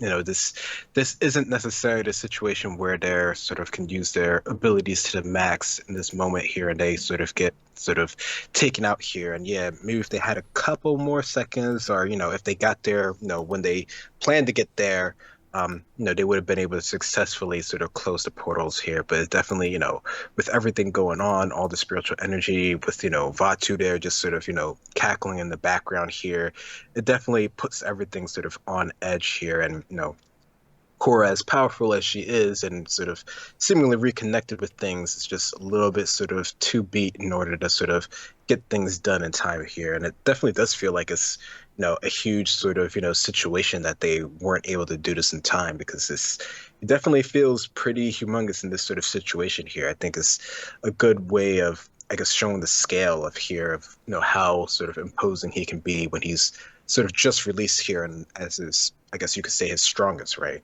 Mm-hmm. Yeah, it's really cool. Just like a lot of the effects when harmonic convergence happens, like the world is like engulfed in this like purple energy. It literally engulfs the entire planet.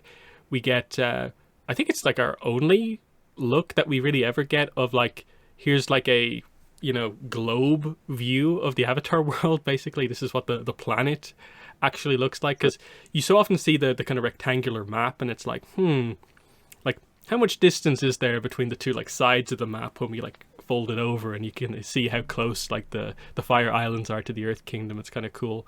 So that's always cool. And then we of course get to see the planets, which I forget the exact details, but like they're not exactly matches for like our planets. Basically, I think there's like a couple of extra ringed planets or something like that. The order's a little bit off, so there's lots of like deeper kind of lore stuff about like, oh, I wonder what the planets in the Avatar world are actually Yeah. called, and all that sort of stuff. But it's very cool to see this like legendary event happen again.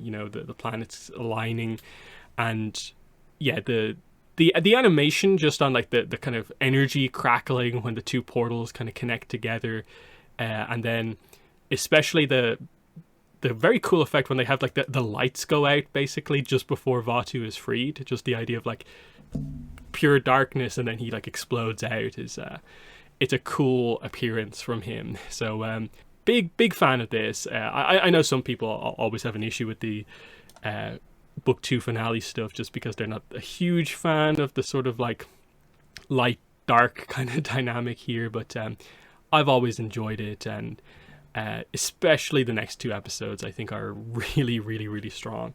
But do you have any final thoughts on Harmonic Convergence? Yeah, no, I think this is, I think this definitely ramps things up. I think it's just seeing that this is really sort of a world sort of affecting event brings home just sort of how, strong the situation is, and how, how long a buildup it is, even if people, don't necessarily know about it, right? Because this is something that's happened so long ago that, most people know this is only sort of a rumor if they even know about it, right? Like you have to be really in the know to know about this, but it affects everyone regardless. And seemingly the whole world can see the effects of it, right? Even if they don't know what's going on. Mm-hmm.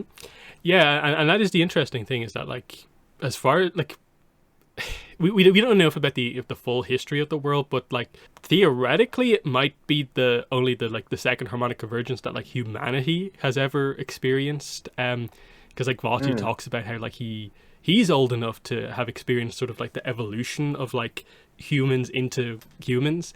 But the implication is that there have been harmonic convergences like prior to like humans existing, but we don't obviously have any history beyond the 10,000 years for the most part. So it's super, super interesting overall.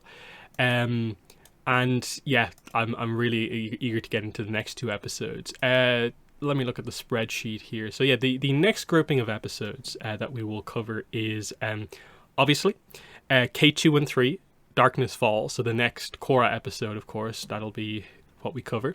And then there'll be 2 more Avatar episodes, so 210 and 211. So that's the library and the desert together, which is effectively, a 2-parter. So it's nice to group those 2 up. And just looking a little bit ahead, it'll be pretty similar for, it'll be K214, so the book 2 finale for Korra, at the same time as we do Serpent's Pass and The Drill. And then after that, when we start Korra book 3, that'll be the first one where we only do 2 episodes in a while. And it'll be sort of back and forth, 2 episodes, 3 episodes, based on the way I kind of planned it out. But yeah, it's an interesting grouping for next time. I think K213 and then 10 and 11 from Avatar are all very strong episodes. So what are your thoughts on the next grouping that we're going to do? Yeah, I mean, I think all these ones at the end are really sort of interesting. So I think doing some together really sort of, I don't know, because originally when you sort of think of this sort of series sort of ending, there's a lot of sort of ones that come together to make it sort of like feel like a real sort of, I guess you could say, like cinematic sort of event. So no, I really like that sort of way of bringing it to close. Mm-hmm. But yeah, that's the most of everything we want to talk about on the podcast. So yeah, the next episode will be more rewatch episodes here, because the next content where we do a separate main topic is not until February. So the next couple of podcasts, unless we get some crazy news, are going to be back to the reviews for at least a couple of podcasts in a row.